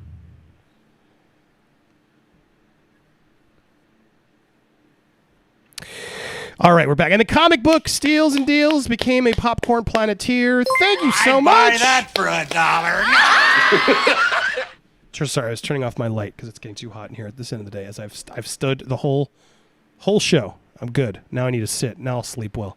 But thank you, comic book Steals and Deals. Throw some Bixby Snyder and Popcorn Planet signs for him. And let's see you, comic book Steals. Use your emojis. Throw some Lewis heads out or something. You got some Ray Fisher heads if you want. You can put them all in there. Welcome there. Thank you, Marcus. Welcome to the Popcorn Planeteers. You can always catch the replays. As well as some watch parties and other fun stuff. So don't miss it. Andy, he ditched you when you got hit by the mob. Why do you defend him? It's a good question because I'm not a scumbag, for one. Two, I don't have a problem with him. I understand why he did what he did, and he never threw me under the bus. He never said anything against me, so I respected that he sort of just said nothing. Would it be nice to hear from him? Sure, but he doesn't know me that well. We weren't that close, guys.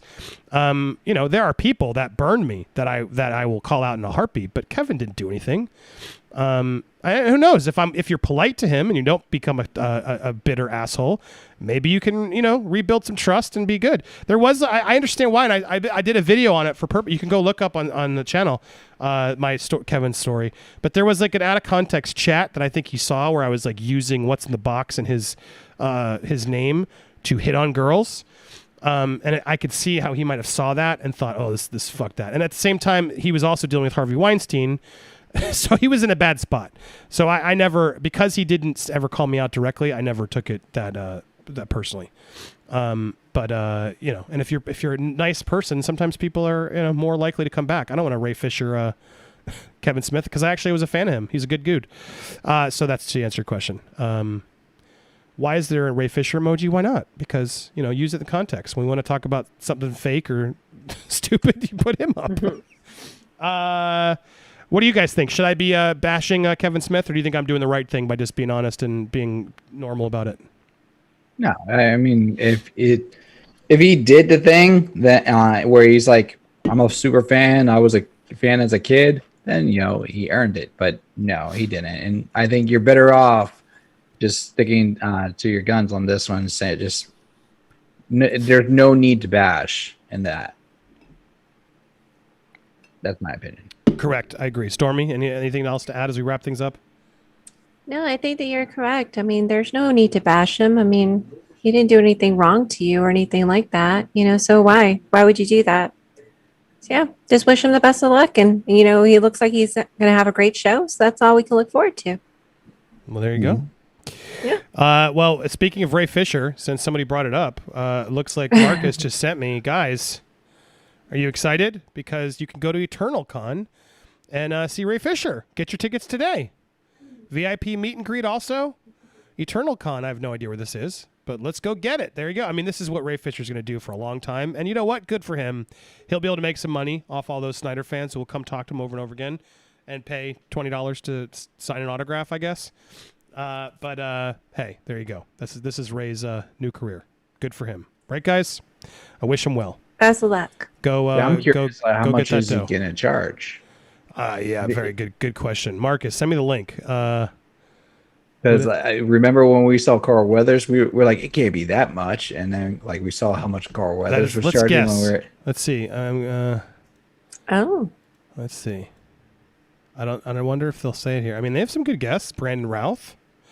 Mhm. Ray Fisher autographs. Dean Cain. There we go. Oh, damn! Don't look. Yeah. See it? Oh, there you go. All right, let's No, see. no, that's exactly what I was guessing in my mind. What do you think Ray Fisher's autograph will cost? Chat, I want you to put your dollar amounts in the chat. Yay, Fisher. What do you think his dollar amount will be for an autograph? Just an autograph. All right, as we wait for those numbers to come in, is that what you would have guessed without saying it, Adon, Stormy? Is that what you would have guessed? Or do you think that's higher or lower than your guess? No, that's exactly what I was thinking. All right. Too high. Too high. There you guys. People are putting in Well, no, I'm not saying it was worth it. I'm just saying that's exactly how I think he would have. $120 from Bunda, saying James saying But- $500. Matthew saying $1. Yeah, but I would have Eric thought that says he would have gone 50. maybe more. Mike, To be honest, with his Mako One ego. says 50. Johnny says 100. Chin says That's 100. true. James says 500. Tree 50 for New York. 75. 120. 35. 400. It's $5. Well, guys, if you have $50, you can go get an autograph of Ray Fisher. You can also get Dean Cain. Same amount of money. $50. Where is this? if I was stuck between a hard New place York. and I just had to do the $50 between them, I would just go Dean Cain. Yeah. This is true. How much do you Yeah. think the photo op is? We don't know. We haven't clicked it yet. Ooh, So now that photo we know op. the autograph is 50, what do we think a Ray Fisher photo op is? All right, so new guesses on numbers. Start the numbers now. New guesses. Cool. New guesses there. Under my new guesses, tell me what you think. What is the photo op worth? Adon, what are you going to say? I feel like he would go the same number. 50. Do you think 50? Oh, no, it's got to. I think it's 100 at least for the photo. What do you think? 75. 75. She's going in the middle. Ooh, Okay. okay. I'm going to say 100 for the photo. $100 for a photo, $50 for the autograph, and I'm sure that usually there's like a combo pack. 150 would be a total for both things, I guess. All right, here we go. 350, 150, 75, 120. All right, let's click it. I see a lot in there. $70. All There right. you go. Storm for the win on that one. Now I wonder if he does like $100 double pack. You know, you get the autograph and the photo for $100. That could be one way to do it. But man, well there you go. 70. Man, I kind of want to go get a photo, guys. Just go there and just be like, hey, I need a photo here. And I would love to film it to see, does he know who I am? If I'm like, hey, man, I just play it along. Maybe I have the mask so he doesn't know. And just get up there like, hey, man, great to see you, man. Planet So mask. cool. So buy it Oh, yeah. under a fake name. And then like when you get it autographed, it's like, say to your biggest fan, or you're my best fan. Right. And No, I got it. And then we get done. We get this set up so we have a lie detector in a room next door with a licensed person. We say, hey, you wanted to do that lie detector. Well, we hooked it up. We got a third-party lie detector. It's ready to go. You want to go do it real quick? And have them say no. I would wear my like, Yay Fisher listen, shirt. I wear we would support you. I'd wear a hoodie or something, and that way when we do the photo, I'd unzip a little bit so he wouldn't see it, and then I'd have the Yay Fisher shirt on with him as I would do it. He would see. I don't know. I feel like you just have it underneath, and then right before you take the photo, unzip. right, or just have it together. Maybe it's a little Velcro piece that I'm like, cool. All right, yay, and then the shirt happens. That'd be amazing. I want that photo. Yeah. It's like, it's worth it. Where's it at? Pros It's is not like, in what if he's Florida. a really nice person though, Andy? Yeah, so He could be a very nice I'm person. sure he could be to certain people. I totally believe he's a nice person to certain people. Yay, Fisher!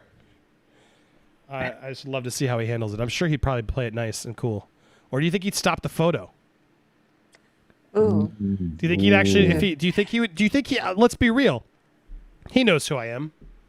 He knows who Jody is, right? Yeah. Do you think he'd play along, Yeah. or do you think he'd stop the photo? I Chat, think if what do he you was think? smart, he'll play it along. But, That would be that's what I would think you want to do. Don't want to make a scene. exactly. Just be respectful and But- say thanks, man. Nice to meet you. Best. I don't know who you are. Play dumb like you don't know who I am. I don't know why I'm Would it telling him all not this, be but a that's what we good do. press thing? They're like, all of a sudden, he's not cool with that, and you're filming this? Oh, if he loses it and knows who I am and doesn't do it, it's way bigger of a stunt, of course. But just curious. Interesting. It would be Yeah. interesting to see. Like that would be an interesting thing in a video just to see you. I- I'm actually now curious. But Will Morris says that he's right. If I could pay him to say booyah, I wonder if he'd do it. Hey, would you say booyah for me? Ouch. or just or have him in the autograph. Like, what would you like me to autograph? Like, booyah, and then put his name. I don't know. And then what do I do with Is the it that photo? same? I don't even know what the fuck I'd do with You that would photo. put it on your shelf. That's what you would do. Me and, It'll be on your smiling with thumbnail. Ray. Hey, like we made up. I mean, honestly, I'd rather make up and have him come on the channel and like do an interview. That would do killer views. So I would. I mean, it'll be killer reviews either way. But yeah, if you can make up, that'd be awesome. well, Ray Fisher, be careful because I might be there. Where is this place? I might anyways? get all old man makeup. Who knows? You will not know who I am. Oh, so be like Johnny prepared. Knoxville. He could Correct. shave. Correct. Trust me. Exactly. When he shaves, he's unrecognizable. Exactly. My lady has wanted me to shave, and you would not recognize me without my beard. It's so true. So there it is. It's at the Eternal Con. Guy buys your tickets in New York. It's in Hampstead. Oh, it's in New York. So Okay. we could go. It's Long Island Comic Con, I guess, is what it is. Yeah, that's drivable. Saturday through Sunday. He'll be there both days. $70. I can buy it now. Whoo! Oh, you buy in advance. We could do it, guys. What do you think? Speaking of important things to do in August, make sure you do save. Do you have any? I guess we have to talk privately about it, Stormy. But yeah, we have. Yes. She's working on new information. But guys, the dates are still. Who's coming out to Vegas? It's going to be August 23rd, which is a Monday. And then we leave the afternoon of the 27th, which is a Friday. So we'll be partying that week. It seems like Tuesday and Thursday are good nights to plan, right, Stormy, is what we're trying to do for meeting up with us. And there might be other opportunities in too, but definitely at least the 24th, 26th. But we'll be around. You'll be able to run into us and see us a couple times. But Vegas, it's happening 23rd through the 27th. I'm excited to meet all you guys. Stormy's coming, Adon's coming. I'm going to be there. Lewis will be there. Jody's going to be there. I hear Vito might want to come out. Some other people were telling me that they might come out there.